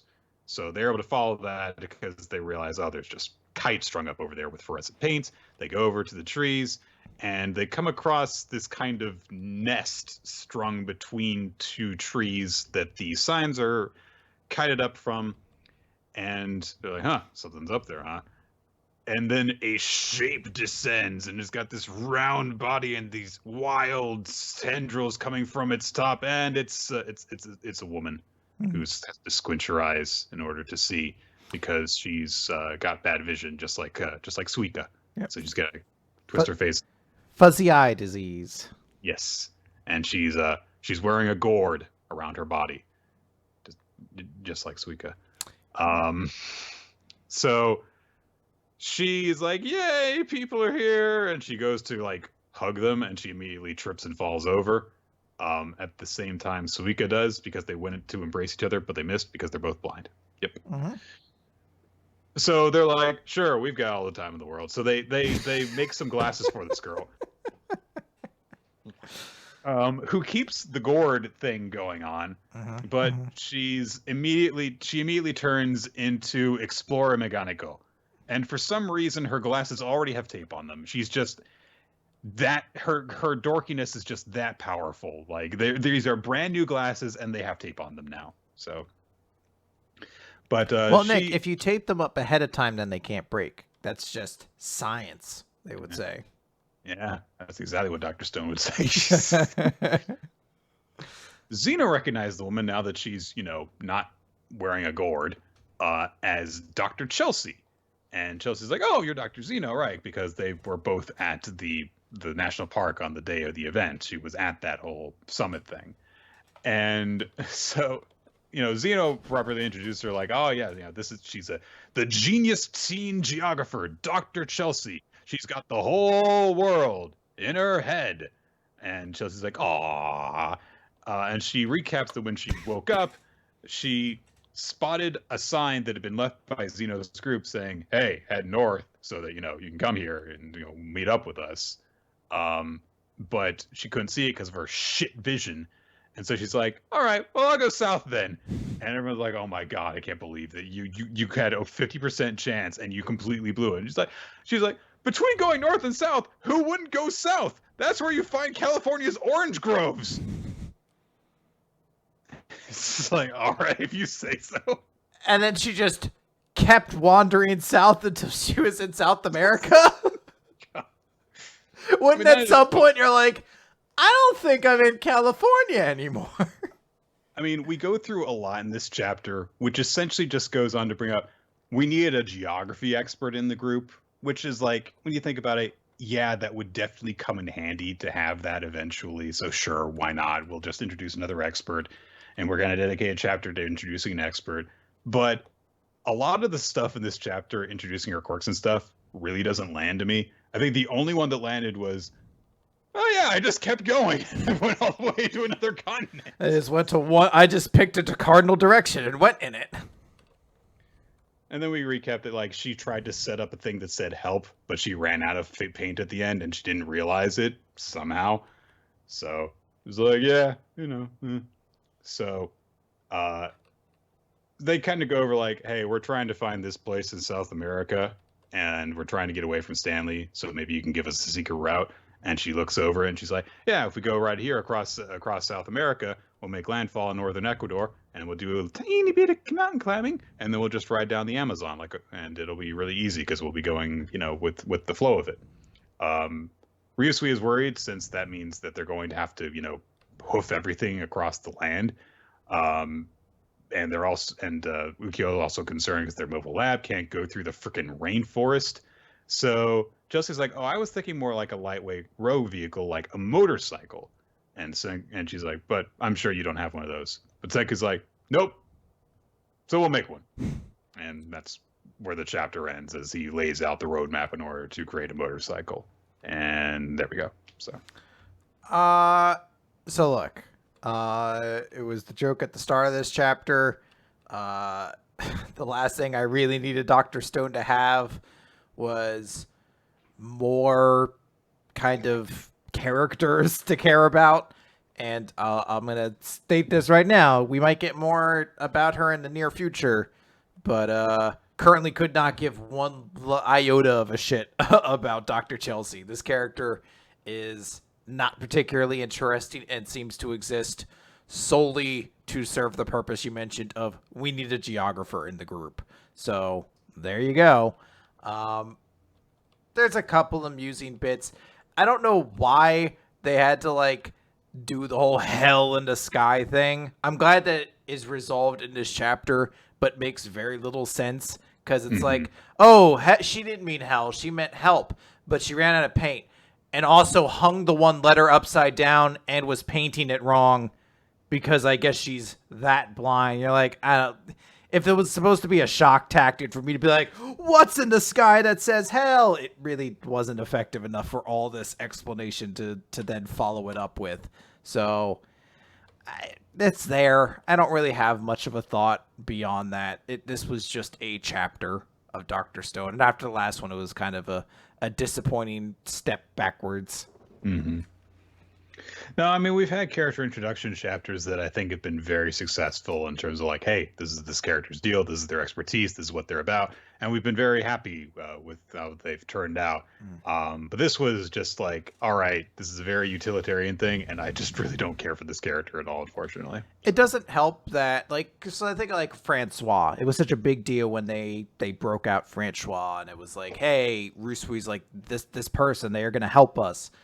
This is a situation where I know he's impressed by Dr. Chelsea, but the fact Zeno's like, I've never met her before. So there's no kind of like, I'm glad you're okay. Just like, yes, you are in a utilitarian way very useful to the mission right now. Yeah. And I'm like, that's not really... There was no one bigging her up on commentary, you know? Yeah. Nobody there to give her stats from outside the company. Yeah. All right. All right, Nick, let's talk about Mashle, Magic and Muscles, Chapter 37, Mash Burn Dead, and the Obsidian Rain. I have to imagine there's a metal band that has a song called Obsidian Rain at this point. Oh, absolutely, yeah. It's a pretty badass name. So, unfortunately, this character still does not have a name. And they go through the chapter saying, all right, how does 30 minutes sound? I'd say that this person, your friend Abyss Razor, has that much time left before he's beyond help. Can you save him in time? And then suddenly a barrage of what I assume is obsidian begins flying at Mash, and he has to start punching it away. But it is absolutely, it is a just barrage of it. It's too much for Mash to keep up with. He's getting hit by it. There's a moment of Abel looking on, being like, he's fighting against one of the innocent zero. We're outclassed. They're all born with advantages. And he, flashbacks to how his mother would tell him that, we were simply born more fortunate than others. Talent, appearance, birthright. It was that chance that bestowed those advantages on people.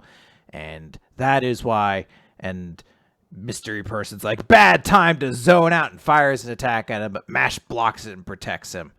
And Abel's just like, look, just give up. We are inferior. We cannot win this fight. Abyss was a fool. He had no reason to protect me. We might as well have been stranger. And who goes that? And can't finish his statement before Mash is like, you made him happy. He had no one. He was lonely. Life didn't seem worth it to him. So when you needed him, I think it made him happy. I know, because I'm kind of the same. And that's why we'll save him and get him those cream puffs he wants. And in his mind, Mash is like, I really want the cream puffs, but I just want to note we're getting cream puffs out of this. And we continue did Abyss ever seem receptive to the cream puffs, or is Mash just like, I'm sure the cream puffs are important to him? I mean, obviously. I mean, like, in Abel's mind, he's like, isn't Abyss lactose intolerant? and gluten intolerant? He's also really trying to really cut down the sweets. It's every part of a cream puff is actually bad for him. He's got very sensitive teeth, and he can't have sugar. So Abel continues his little flashback about how talent and appearance and birthright, all that stuff, all those advantages are mere coincidences. So you have to learn to have empathy, basically. If you can do that, then you can show them greater kindness. And there's this moment as Abyss is, coughing, like, look, Lord Abel, and we see all the flashbacks of everybody was like, the evil eye, stay away from me. And Abel being like, you possess the eye of the devil. And he would just be like, I'm sorry, I don't want to look at you. He's like, no need to hide it. In fact, will you use that eye for me? Yes, your eye's issue doesn't bother me. Starting now, I will give your eye a better purpose. Follow me. And all I needed was for Abel to get a giant sword that has a big hole in it for you to, I guess, decapitate someone's head to complete the whole Zabuza, you are a useful tool to me, but this will spawn 1,000 Hoye fanfics, so just accept that. And one of them looks very effeminate too. So. Yes, it's almost Almost to the point of plagiarism. And he wears a full face mask. Fuck, during his fights. it's too on the nose. You can't do this, Mashle guy. If Abyss, Abel had worn like a cloth bandana and a mask that only covered the lower part of his face, we would be like, wait a minute. and it was all about using super speed, man. Fuck. I think Abyss might actually just be Haku. Abyss finishes it by being like, please, run while you can. And Abel just says, always so noble, mother and Abyss. And the barrage is too much. Mash just can't block all these shots and protect these people and advance at all. This mysterious person is just too strong. Dot is there basically narrating that to the audience. Mash is slowly pushing forward, but it's not going to be fast enough. And then the guy launches a stronger version of the spell. And they're like, no, he's not going to be able to do it. When suddenly the big giant marionette puppets from Abel's second spell comes out, and he has cast it. And he stands up and he's like, even the weak have the right to fight back.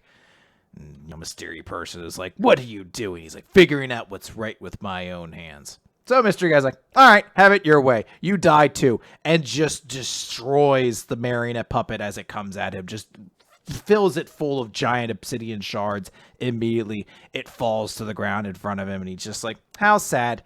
This kind of magic can't. And one of the mouths open. You just see like the glimmer from it.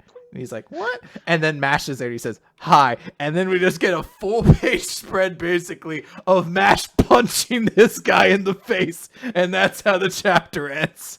It's a really cool chapter. I like that. I mean, this is something you see in Shonen all the time, but Mashle hasn't really done it yet, of characters working together to overcome an evil dude. And it's really nice that these guys are able to, Abel has learned his lesson basically now. It's like, hey, it's worth empathizing with the weak. And hey, when you do that, when you come together with people, it makes you stronger together. Mm-hmm. And then there's just a really nice note where, yeah, his puppet is overpowered. But then when Thorncrown guy is like, oh, how sad, Mash just pops out of the mouth and bah! There's a great moment where Mash is like, hi. And there is a moment where he's just like, oh. And then it's like the punch to the face. Look, I love this chapter. I thought this chapter was fantastic. And it has gone a long way into making that chapter from a couple of weeks ago even better, where you're just like, are we really giving Lord Abel a redemption too? And I'm like, if you actually follow up on it, then yeah, I'm for it. Mashle's greatest strength as a series thus far is simply that even though some of the times it does dumb things, it executes them all in at least an above average way. Nothing ever feels like it's really disappointing or lame, because then there's generally at least a follow-up to it. Nothing's just like a one done and abandoned. I just kind of really like the moment of, him looking at Razor and just being like, yeah, you gave this guy purpose. He, you finally gave him a reason to live. And Abyss being like, go on, Abel, run. It's like, oh, you know what? Now even I kind of want to ship the two of you together. It's just great. And I don't know, MASH might be the best drawn action series in Jump right now, because every time MASH punches somebody, you think I would get tired of this gimmick of like the full page spread, this match hits somebody, but every time it's so satisfying and looks fucking vicious. Yeah, I dig it. Yeah. All right.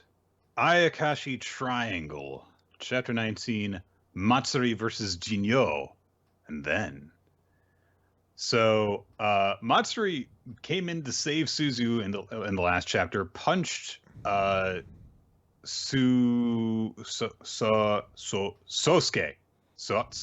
Sosuke? Was that it? It was something like that. Punched the Jinyo in the face, and now he says, it was foolish of you to hit me like that. And Matsuri's like, what are you talking about? And then he looks down, and he's like, my arm's gone. And like below the elbow, his hand just like fades into like ether. And then he's like, oh no, wait, it's here. I just can't feel it. It's gone limp. And the Jinyo explains, I took the Haku, your vitality, from your right arm. I can devour the Haku of those I touch. You let your anger take over and rush forward. You're no different from a beast. A human should use your head. So Yeah, even being attacked, it's bad. So things not looking good. But we cut over to where Shirogane is kind of rushing through the weaker Jinyo, and is kind of like snatching at some of the tiny Ikon. Um, and he's like, some of these are nothings. They barely have any energy. So he must have been using them to actually gather information, like a spy network. Should I have shared this information with Matsuri and Suzu? Nah, I'm the king of Ayakashi. It won't do to align myself with humans. And that's going to stick, Nick. He will never come to the aid of a human. Sticks to that.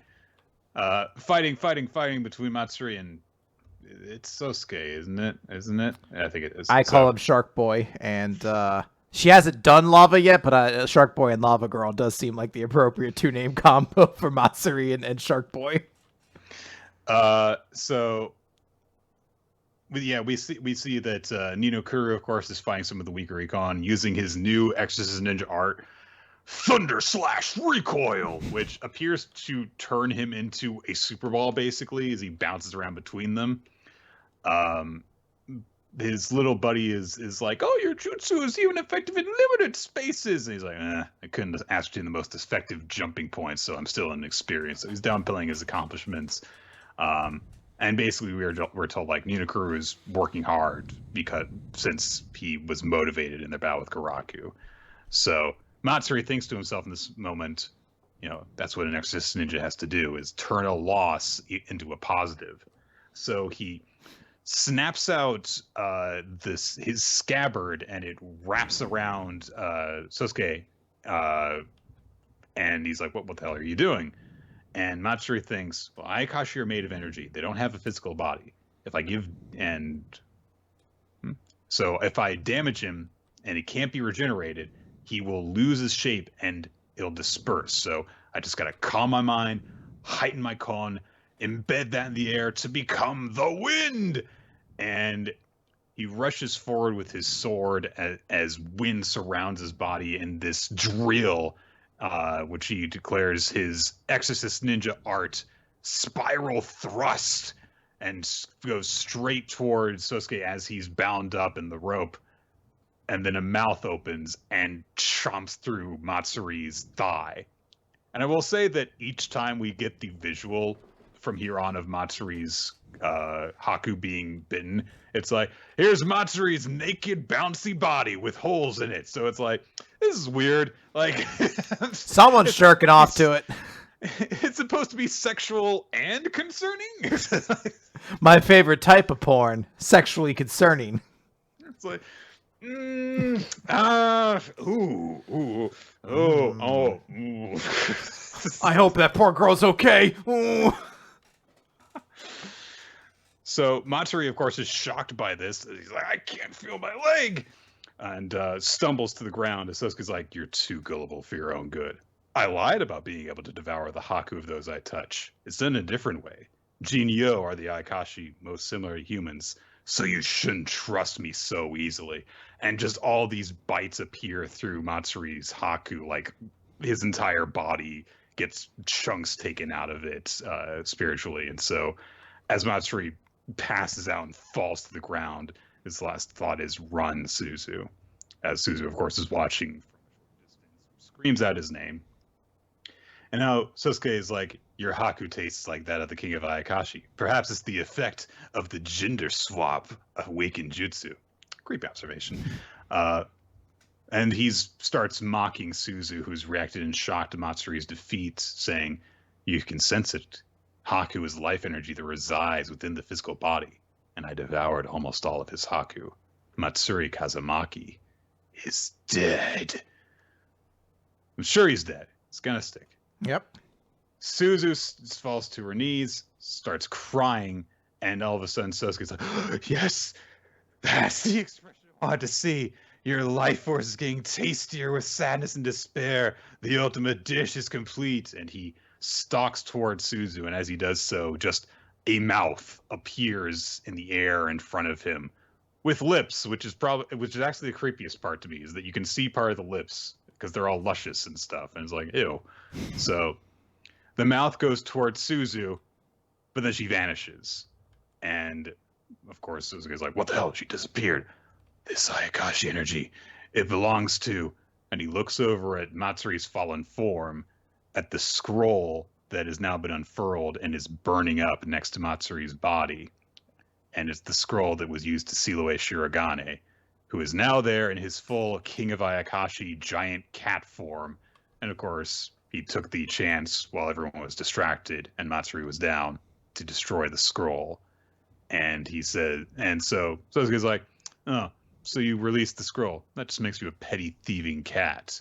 And Shirogane says, nonsense. I am the king of Ayakashi. And that moment, the symbol of the seal, the gender swapping art, seems to be ablaze on Matsuri's body. And seems to kind of be fading. So, Maybe. I don't know. This is something that I didn't expect to happen this early in this series. Was like, oh, Shirogane is free. That okay? That whole that kind of tension between them suddenly seems like it's been imbalanced. So it seems like we might get a brief disruption of the status quo here, because I don't know if you can just go with this and then not completely change the dynamics between the characters. And it seems really early to do that. So. Well, I think we might see some stuff happen, but I don't think there's any lore in the series that says Matsuri can't just take an opportunity later to seal him back up and get back to some measure of a status quo. This might be a taste of something like that. And obviously, Shirogane's kind of gotten to a point where he's warming up to the characters, so it could even be kind of like a playful, like, oh no, I'm going, like, I'm sure he's not going to want to, but it might be like the step of their friendship opening up, that it's not quite the same like antagonistic relationship just happening all over again. I mean, who knows? Anything could, I guess, really happen. Obviously, the next chapter is going to be a big one to kind of see what some of the fallout is, but in my mind, I'm not too worried about shaking up the formula of Jump's most successful series in like 2 years. So pretty much, yeah. It's this is a pretty intense chapter. I mean, like I noted upon, it's like, it's weird that there's fan service here. It seems like there shouldn't be. Yeah. But oh yeah. Kind of... There's the moment where what's her name? The girl. Suzu, where Suzu's supposed to be looking at Matsuri's dead body, and she's like falling to her knees, and the wind lifts up. Yeah, the wind lifts up her skirt just enough for a panty. She was like, not really the time for this, guys. Time and place. Just got done last chapter being like, there was like barely any fan service in this because it recognized the situation was serious, and it's like, the situation is still serious, but look at these boobs. It's weird because you're like, it's not even like an erotic shot, so you very easily could have cut it. Like, there's no reason you had to keep that in there or draw it to begin with. Yeah, I mean, like, putting that aside, like, it's a pretty intense chapter, and hey, you've got that intrigue built up of like, oh, well, how's this gonna go? Clearly, Shirogane and Sasuke are rivals, and so they're going to fight each other, but what'll happen after that? Is Shirogane going to actually do this deliberately to protect Suzu and Matsuri? Probably, but, you know, those are... It's a good chapter in the sense that, like, it leaves you asking those questions, so... How many arms is Shirogane supposed to have?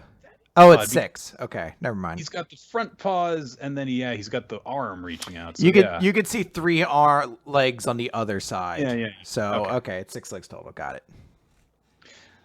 All right, Black Clover. Yeah, let's talk about Black Clover, Nick. Page 270. Together. So last time, Asta defeated Sabretooth, and apparently actually just beat him because he's like, I win. And a bunch of magic happens and seals him. And then, Nature Boy Ric Flair shows up and he's like, all right, the preparations are now ready. You will have to make a contract from this position of total dominance. You make them your servant. Use their power. The devil has no right to infuse. Just think, obey me. And once you do, the devil will serve you as your familiar, obeying all of your orders and observing the rules you set. And Ass is like, okay, in that case, be my friend. And Nature Boy's like, huh? Sabretooth's like, fucking what? It's weird to say this, but like, Asta's recently become like the right way you do Shiki. Yes. I don't know if Black Clover necessarily got better so much as Eden Zero has torn down my expectations and standards. I don't know. I mean, it might be, yeah, like, our standards have kind of been lowered as to what the worst version of a shonen protagonist could be. But this is actually a very endearing thing that Asta just went through this with his enemy and was given the opportunity to make them his never have to worry about them again slave. And he was just like, be my friend. Yeah. I'm like, oh.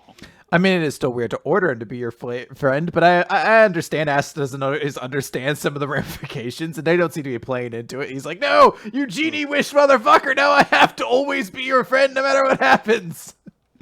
And you think Asta is ever going to, well, this Asta is the same person who will use blood magic to take control of the Diamond King. And that sounds like a good idea. Good. Smart. I never would have thought of that. I know it's not an actual binding order. I'm just making a joke. So Nature Boy Ric Flair is just like, wait, are you attempting to make an equal contract with the devil you want to be friends? That's like, yeah, it's the reason, we have been able to fight all this time. So even though, it's just that everything we've been to together, I didn't know anything. So I just want to know more about him. So I'll start by making friends. Ric Flair's like, what are you talking about? You have no guarantee the devil will listen to you. You have no merit in a contract like that. And Asta kind of points out, like, yeah, but this guy wasn't even fighting seriously to begin with. He kept saying kill and I'm going to kill you. And then he was clearly holding back the entire time. So you're not the type who will kill people, right? You can hate or be sad for somebody else's sake. And in that case, we can get along. We can be equals. And the little demons that surround Nature Boy Ric Flair show up and they're just like, he's an idiot. And Ric Flair's like, yes, he is. Besides, it looks like he says that as Asta's like, we got same enemies, so let's crush those bad guys together. Sabretooth's like, you really are an idiot. And then thinks, I don't know whether destiny exists or not, but this guy, and we get a quick flashback to when Sabretooth was given his name. It's weird. She doesn't say Sabretooth, but that's his name is Sabretooth. And as he's watching, he's like, this guy really is, as we see two panels of Lysida and Asta next to each other, Lysida's kid. Hehehe. The name Sabretooth. Yes. I'm never going to explain to the audience who's not in the Discord, by the way, why I call him Sabretooth. I'm just going to leave that for you to try to figure out. I'll have until to refresh myself when I look it up. But yeah, it's until the day that I forget why I call them that, and I'm like, I don't know, just something right. Where was I? So they're friends now, which is not all that surprising. I do like the moment actually when they shake hands and then the sigil appears on both of their arms. It's like, oh, yep. There's a bond there now. Yep. But this does confirm that, yep, Asta is that girl's kid. Makes sense. Yep. All right. Yep. Okay. So there we go. We got that confirmation. Who was Asta's mother? She was the girl that met his devil before. Mm-hmm. And who is Asta's devil? He's some weak devil who met Asta's mother.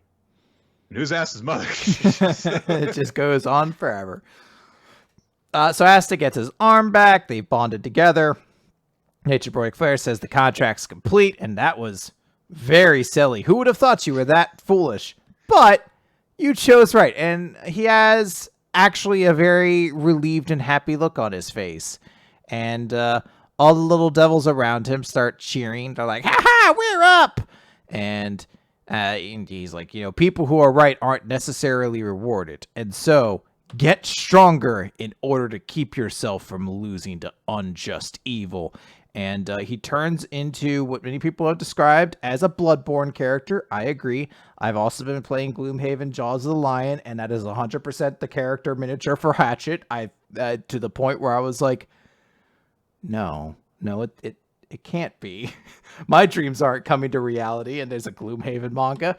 But Nature Boy Ric Flair is just like, from this point on, what you call training begins in earnest. Both of you come at me and defeat me. And boss music presumably plays.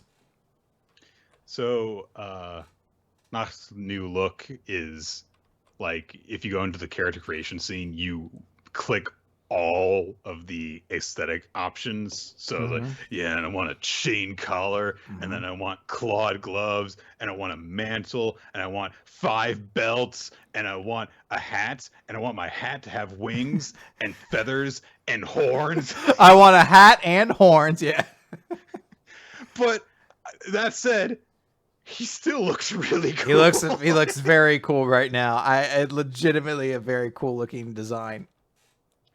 So overall, I'm very pleased with this chapter. It's it's not too big a surprise to learn like, oh, a Black Clover character isn't nearly as bad as first appeared. But yeah, it's nice that he's like, yeah, you made the right choice, but hey, that's only one part of it. Let's keep going, and I'm gonna fucking whip your ass so that you'll get stronger. Check me out. So it's good. All right. One Piece chapter 994. My other name is Yamato. The cover page of this is the. All my friends are here. The cover page of this chapter is the finale of the Gangbang side story. Hooray!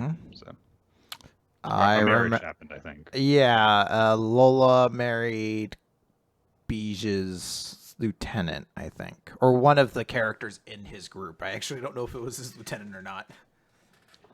And Pound was still alive. Last time, Kiku's arm got chopped off by an invisible blade launched by Kaido's roar. She seems to take this well. Dude, I was legitimately kind of like, dude, I get it why people are going to be bummed because Okiku, one, she's a cool character or representation in One Piece. In a, this medium, it doesn't have a ton of representation. So the fact that she's the one who gets taken out first is a bummer. But she is a fucking hard bitch. She gets her arm cut off and they're like, you okay? She's like, of course. And she gets up and she's fucking ready to fight again. I was like, that's a fucking badass move right there. Yeah. Kinemon immediately cauterizes the wound, which is just like, oh. And she's like, no, I'm not going into shock. Let's do this. Let's go. Bitch, I didn't hear no bell ring too. Ding, ding. Kaido finds this pleasing. He laughs and he says, that's it. That sense of determination. I love the way of the samurai. It's so kawaii, desu. He really does. But he says, Roger, Whitebeard, they did it right. None of this bullshit. So he's I'm not even gonna go there. I'm not gonna go there. I could easily make a comparison. I'm not going to bother. But so he transforms back into his big ass human form, and he says, "May not be the way of the times anymore, but death is what completes a person. Isn't that true? So let's end this now." But Kinemon is just like, "Don't be conceited, Kaido. There's no glory in losing to you," which is an amazing put down, actually. Yeah. There would be no honor in us losing to your stupid ass. We cut around a bit on the tower as Luffy is trying to make his way up to the top so he can be the one to actually beat Kaido. Jinbei and Sanji are with him, and people are reacting like, "Oh, look, it's Straw Hat and Jinbei!" And Sanji kicks someone and is like, "Hey, why'd you mention me?" Which, fair enough. More Animal Kingdom Pirates headliners show up, and I feel so bad for both of these guys. So the less unfortunate of them is Hamlet, who has the giraffe smile fruit, and his body is coming from a giraffe's neck, which I'm sure is awkward, but you know what? That's okay. Fortrix, though, he's on the backside of a chicken, and his head is where the asshole should be. Oh God! It's just a hellish existence, and I love that we get. He better hope that chicken never gets hungry, because 8 hours later he will be very sad. Yeah, he has to lay an egg at one point. He's just like, "Oh God,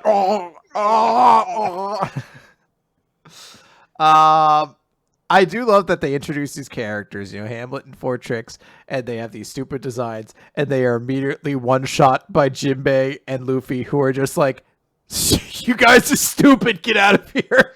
And that's it. They're gone and defeated, and presumably never relevant to the story of One Piece again. Also, Fortrix goes Baka! When he's kicked.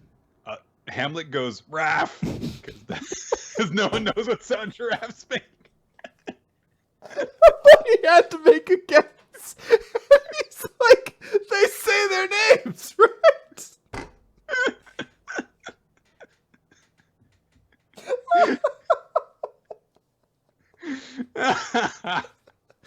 You know what? He made a call. I'm proud of him. He's like, oh, we're doing our animal nouns. Giraffe. And he like falls to the ground. He's like, I hope no one noticed. That sounded cool, right? Yeah. We know how giraffes drink, but nobody knows what sound they make. Hang on, I gotta go back and listen. I gotta go back and watch The Lion King again and find out what they sound like. Oh, it didn't cut to them making a noise in that scene. Damn it! Like the next day, he goes to a zoo. He brings everyone, and he's like, "All right, just listen to it." And like the giraffe makes a noise. He's like, "See, clearly said Raffe. That's absolutely what he said." And he's quietly like, "Raffe. See, he just said it. He just said it. You saw him. He just said it." Neither of us are big enough theater nerds to make some actual Hamlet jokes. We're just like, giraffe. It's just so funny that he says Raffe.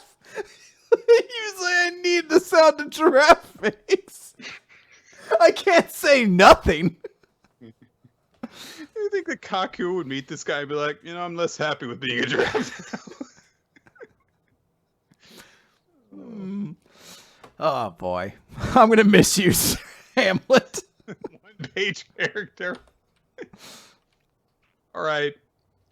If we cut briefly to the performance floor, people are dealing with the horrible plague that Queen has unleashed upon them. And some of the pleasures are, maniacally laughing, but they're also like, why did you do this to us? And Queen's like, what? Who cares? You guys are going to be useful now. He's such a dick. So, of course, everyone's trying to fight them off without actually touching them. One of the mob bosses has been infected, Omasa, and he's begging Hyogoro to kill him so that he won't spread the virus any further. And he's like, I don't want to be a monster. And Hyogoro's like, no, there must be a cure, and I'll cut you down, but never end it yourself. Because the guy's about to commit seppuku when he realizes that he's infected. But Hyogoro's like, no, I will cut you down when the time is right, but don't give up hope yet, basically. Brothers are fighting against each other, I guess. And then we get into a circle of Brook and Robin and Chopper, and the latter two don't use weapons normally, so they've got 2x4s because so. Gotta stay away from them. Yeah. So they're trying to fend everyone off who's been infected so they don't get touched. But Chopper, of course, being a doctor, is like, look, I can make an antidote, but doing it in the midst of battle is practically impossible. But unlike back in Udon, the mastermind behind the virus is right here.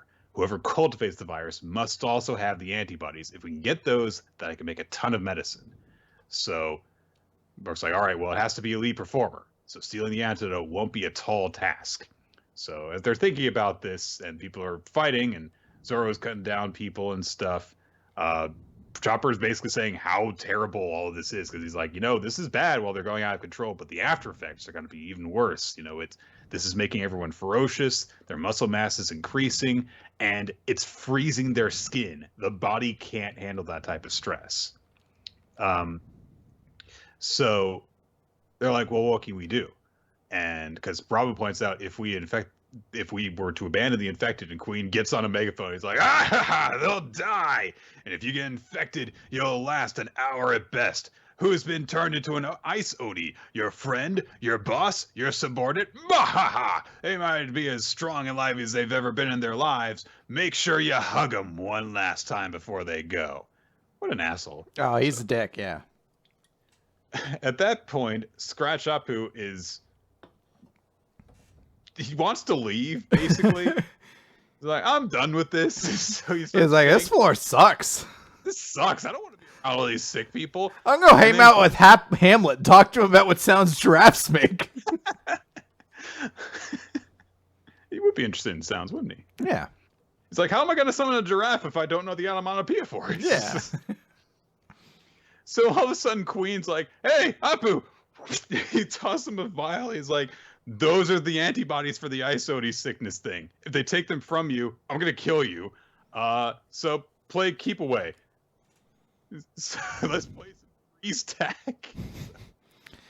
It is. Everyone wants to go and get the antibodies from Apu now. That's the situation they're in on the performance floor. It is interesting because the way One Piece has worked previously in these big arcs, there's usually like a clear dynamic of 1 and 2. So, in Alabasta, there was literally Mr. 1 and Mr. 2. In, oh God, what is it?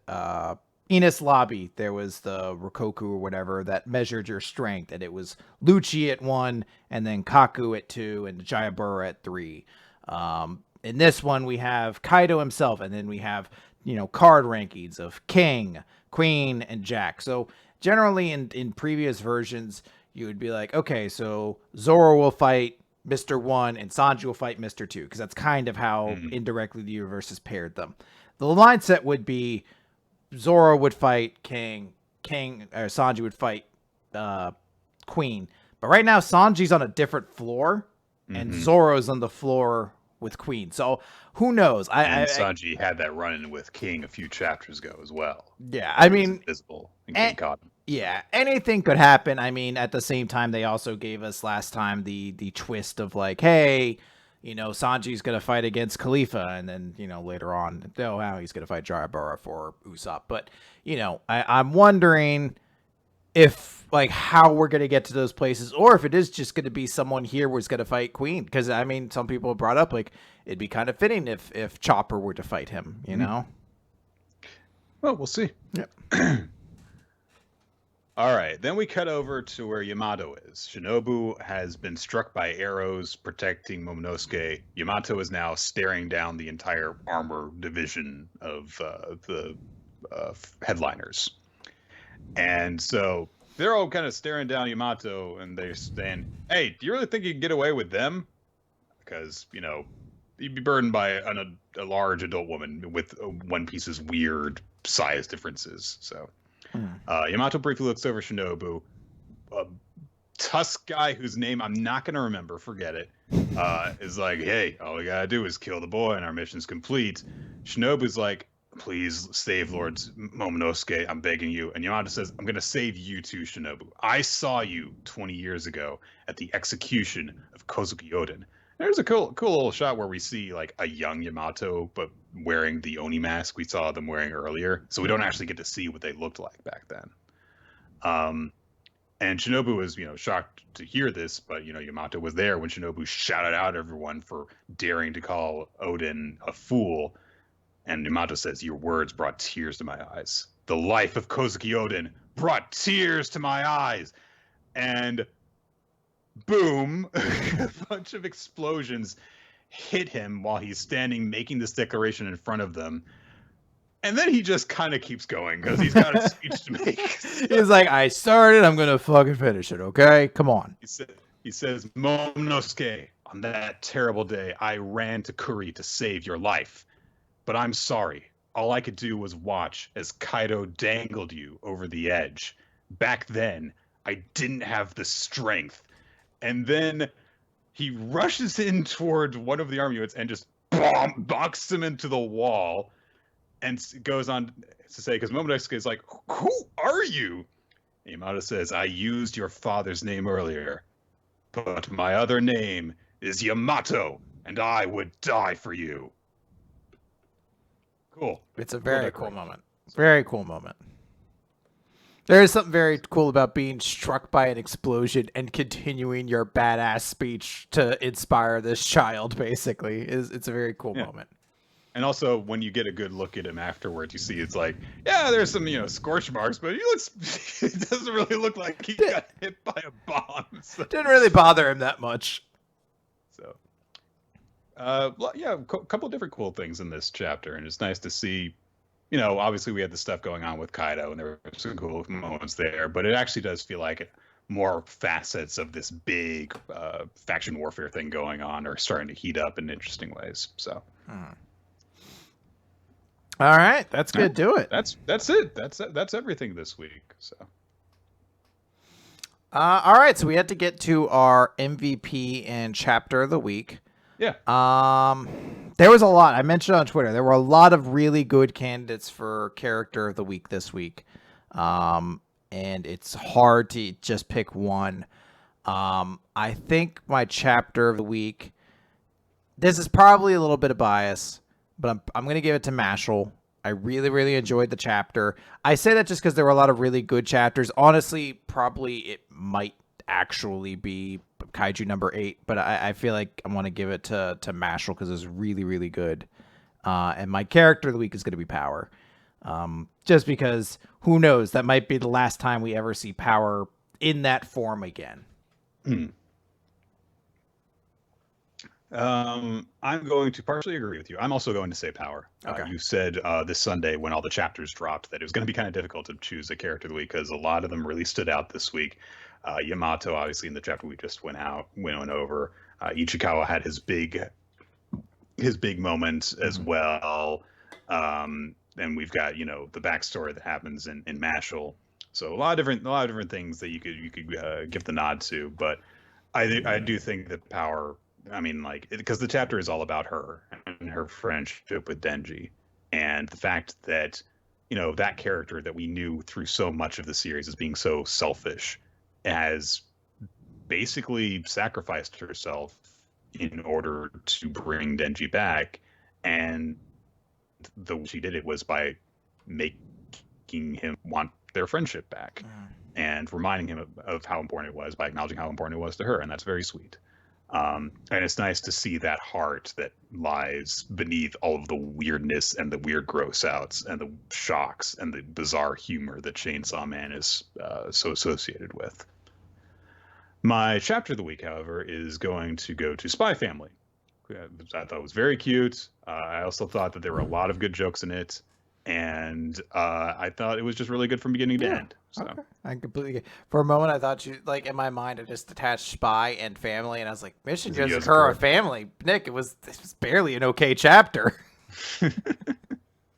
I don't remember if I read it this week. I haven't been reading it every week. So. You haven't been missing much. Anyways, the audience, by the way, also agreed Power is the MVP. And Chainsaw Man is the chapter of the week. It was a lot of different picks, though, for chapter of the week. I see a lot for World Trigger, for Ayakashi Triangle, for Spy Family. So a lot of different series had pretty strong weeks this week. Yeah. Oh, sorry. I forgot that I read We Never Learned this week as a Kirisu fan. So Kirisu, she was in a bikini and she was in a towel. So Kirisu, yeah. So, yes, Kirisu's breasts, obviously MVP, but it's so spoken of. It's better to leave it unspoken and let somebody else have the limelight. Because, look, if the Patriots keep winning the Super Bowl, then no one else gets to win a Super Bowl. So let's just have them be bad for a year and let someone else have a chance. Yeah. All right, so that's gonna do it for Week of Manga Recap. I nearly died all of a sudden. No, Nick, not now. Not on the home stretch. Okay, with the finale with this, and I don't know if I can. So thank you guys for joining us for Weekly Manga Recap. We record the show here on twitch.tv/RoloT Wednesday evenings around 7:30 Eastern time. But to get an exact update on when we're starting the show, you can follow us on Twitter at RoloT and at Nick of Time are your hosts. At WMR Podcast is the official podcast account. You can also join us on our Discord server. We send out a notification for that, and also that's a good place just to kind of join us for discussions on a bunch of different things. There is a great community associated with the Discord channel. You can use that to find the Google Doc that Ninja X3i maintains, where we keep track of all the recommendations and all the stats and everything. Very, very good resource if you're wondering if a series has been recommended to us, if we've ever talked about a manga before. That has the history of everything in the getting close to a decade we've been doing this show. Speaking of recommendations, I'm going to go ahead and let you guys know what we're going to be covering next on this podcast. It is a show that has gotten a little bit of attention because it's a quirky series that got an anime relatively recently, and a second season of the anime is coming this coming season. That is Cells at Work. The characters are blood cells and various other body cells, and like Osmosis Jones. No, not that. Never been done. Shut up, you. like the cartoon animated TV series. It was a movie first. Shut up. I only recognize the TV show. It was actually pretty good. I've heard it was. I think it was one of those ones. I feel like even as a kid, I was like, I haven't seen the movie, so I'm not going to understand the plot. Click and change They're in a completely different person for the show than they were for the movie. I feel like basically Bill Murray had nothing to do with a Saturday morning cartoon. I really felt like I was like, I can't follow all this lore if I haven't seen the movie. I'll get to it. Click. Oh god. So what was I gonna say? Cells at Work. Cells at Work. That's gonna be the series we cover next time. So yeah.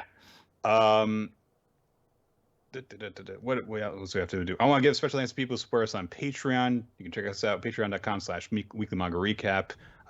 That's where we create bonus content for you guys to enjoy. We should be doing an As Explained by Manga coming up soon with a special guest. You can also check out all of our previous episodes on weeklymangarecap.podbean.com. Want to give special thanks to people who help us out to make the show what it is, such as Steve Mann, our artwork artist, Infamous Planet, who makes the frame for the visual stream of the show, Milo Jack Stillitz and Lucy Del Cheddar, who create the opening theme for Weekly Manga Recap, and all of you for helping us out and listening to this show and, just giving us feedback and stuff like that. Mm-hmm. It's much appreciated. All right. Are we headed out? I think that I've just covered everything. All right. Let's hit that old dusty trail, everybody. Oh, I don't need... All my friends have to go away now. Oh, I'm sad. But Nick, all my girlfriends are here now. Now Cream Puffs. And... Kirisu. Yeah, and now that one. You're trying to make up for all the ones you forgot to do before. Yeah, well, I'm also seeing what new stuff they have. I could be... The Gates of Hell, I guess? I don't really know what this one...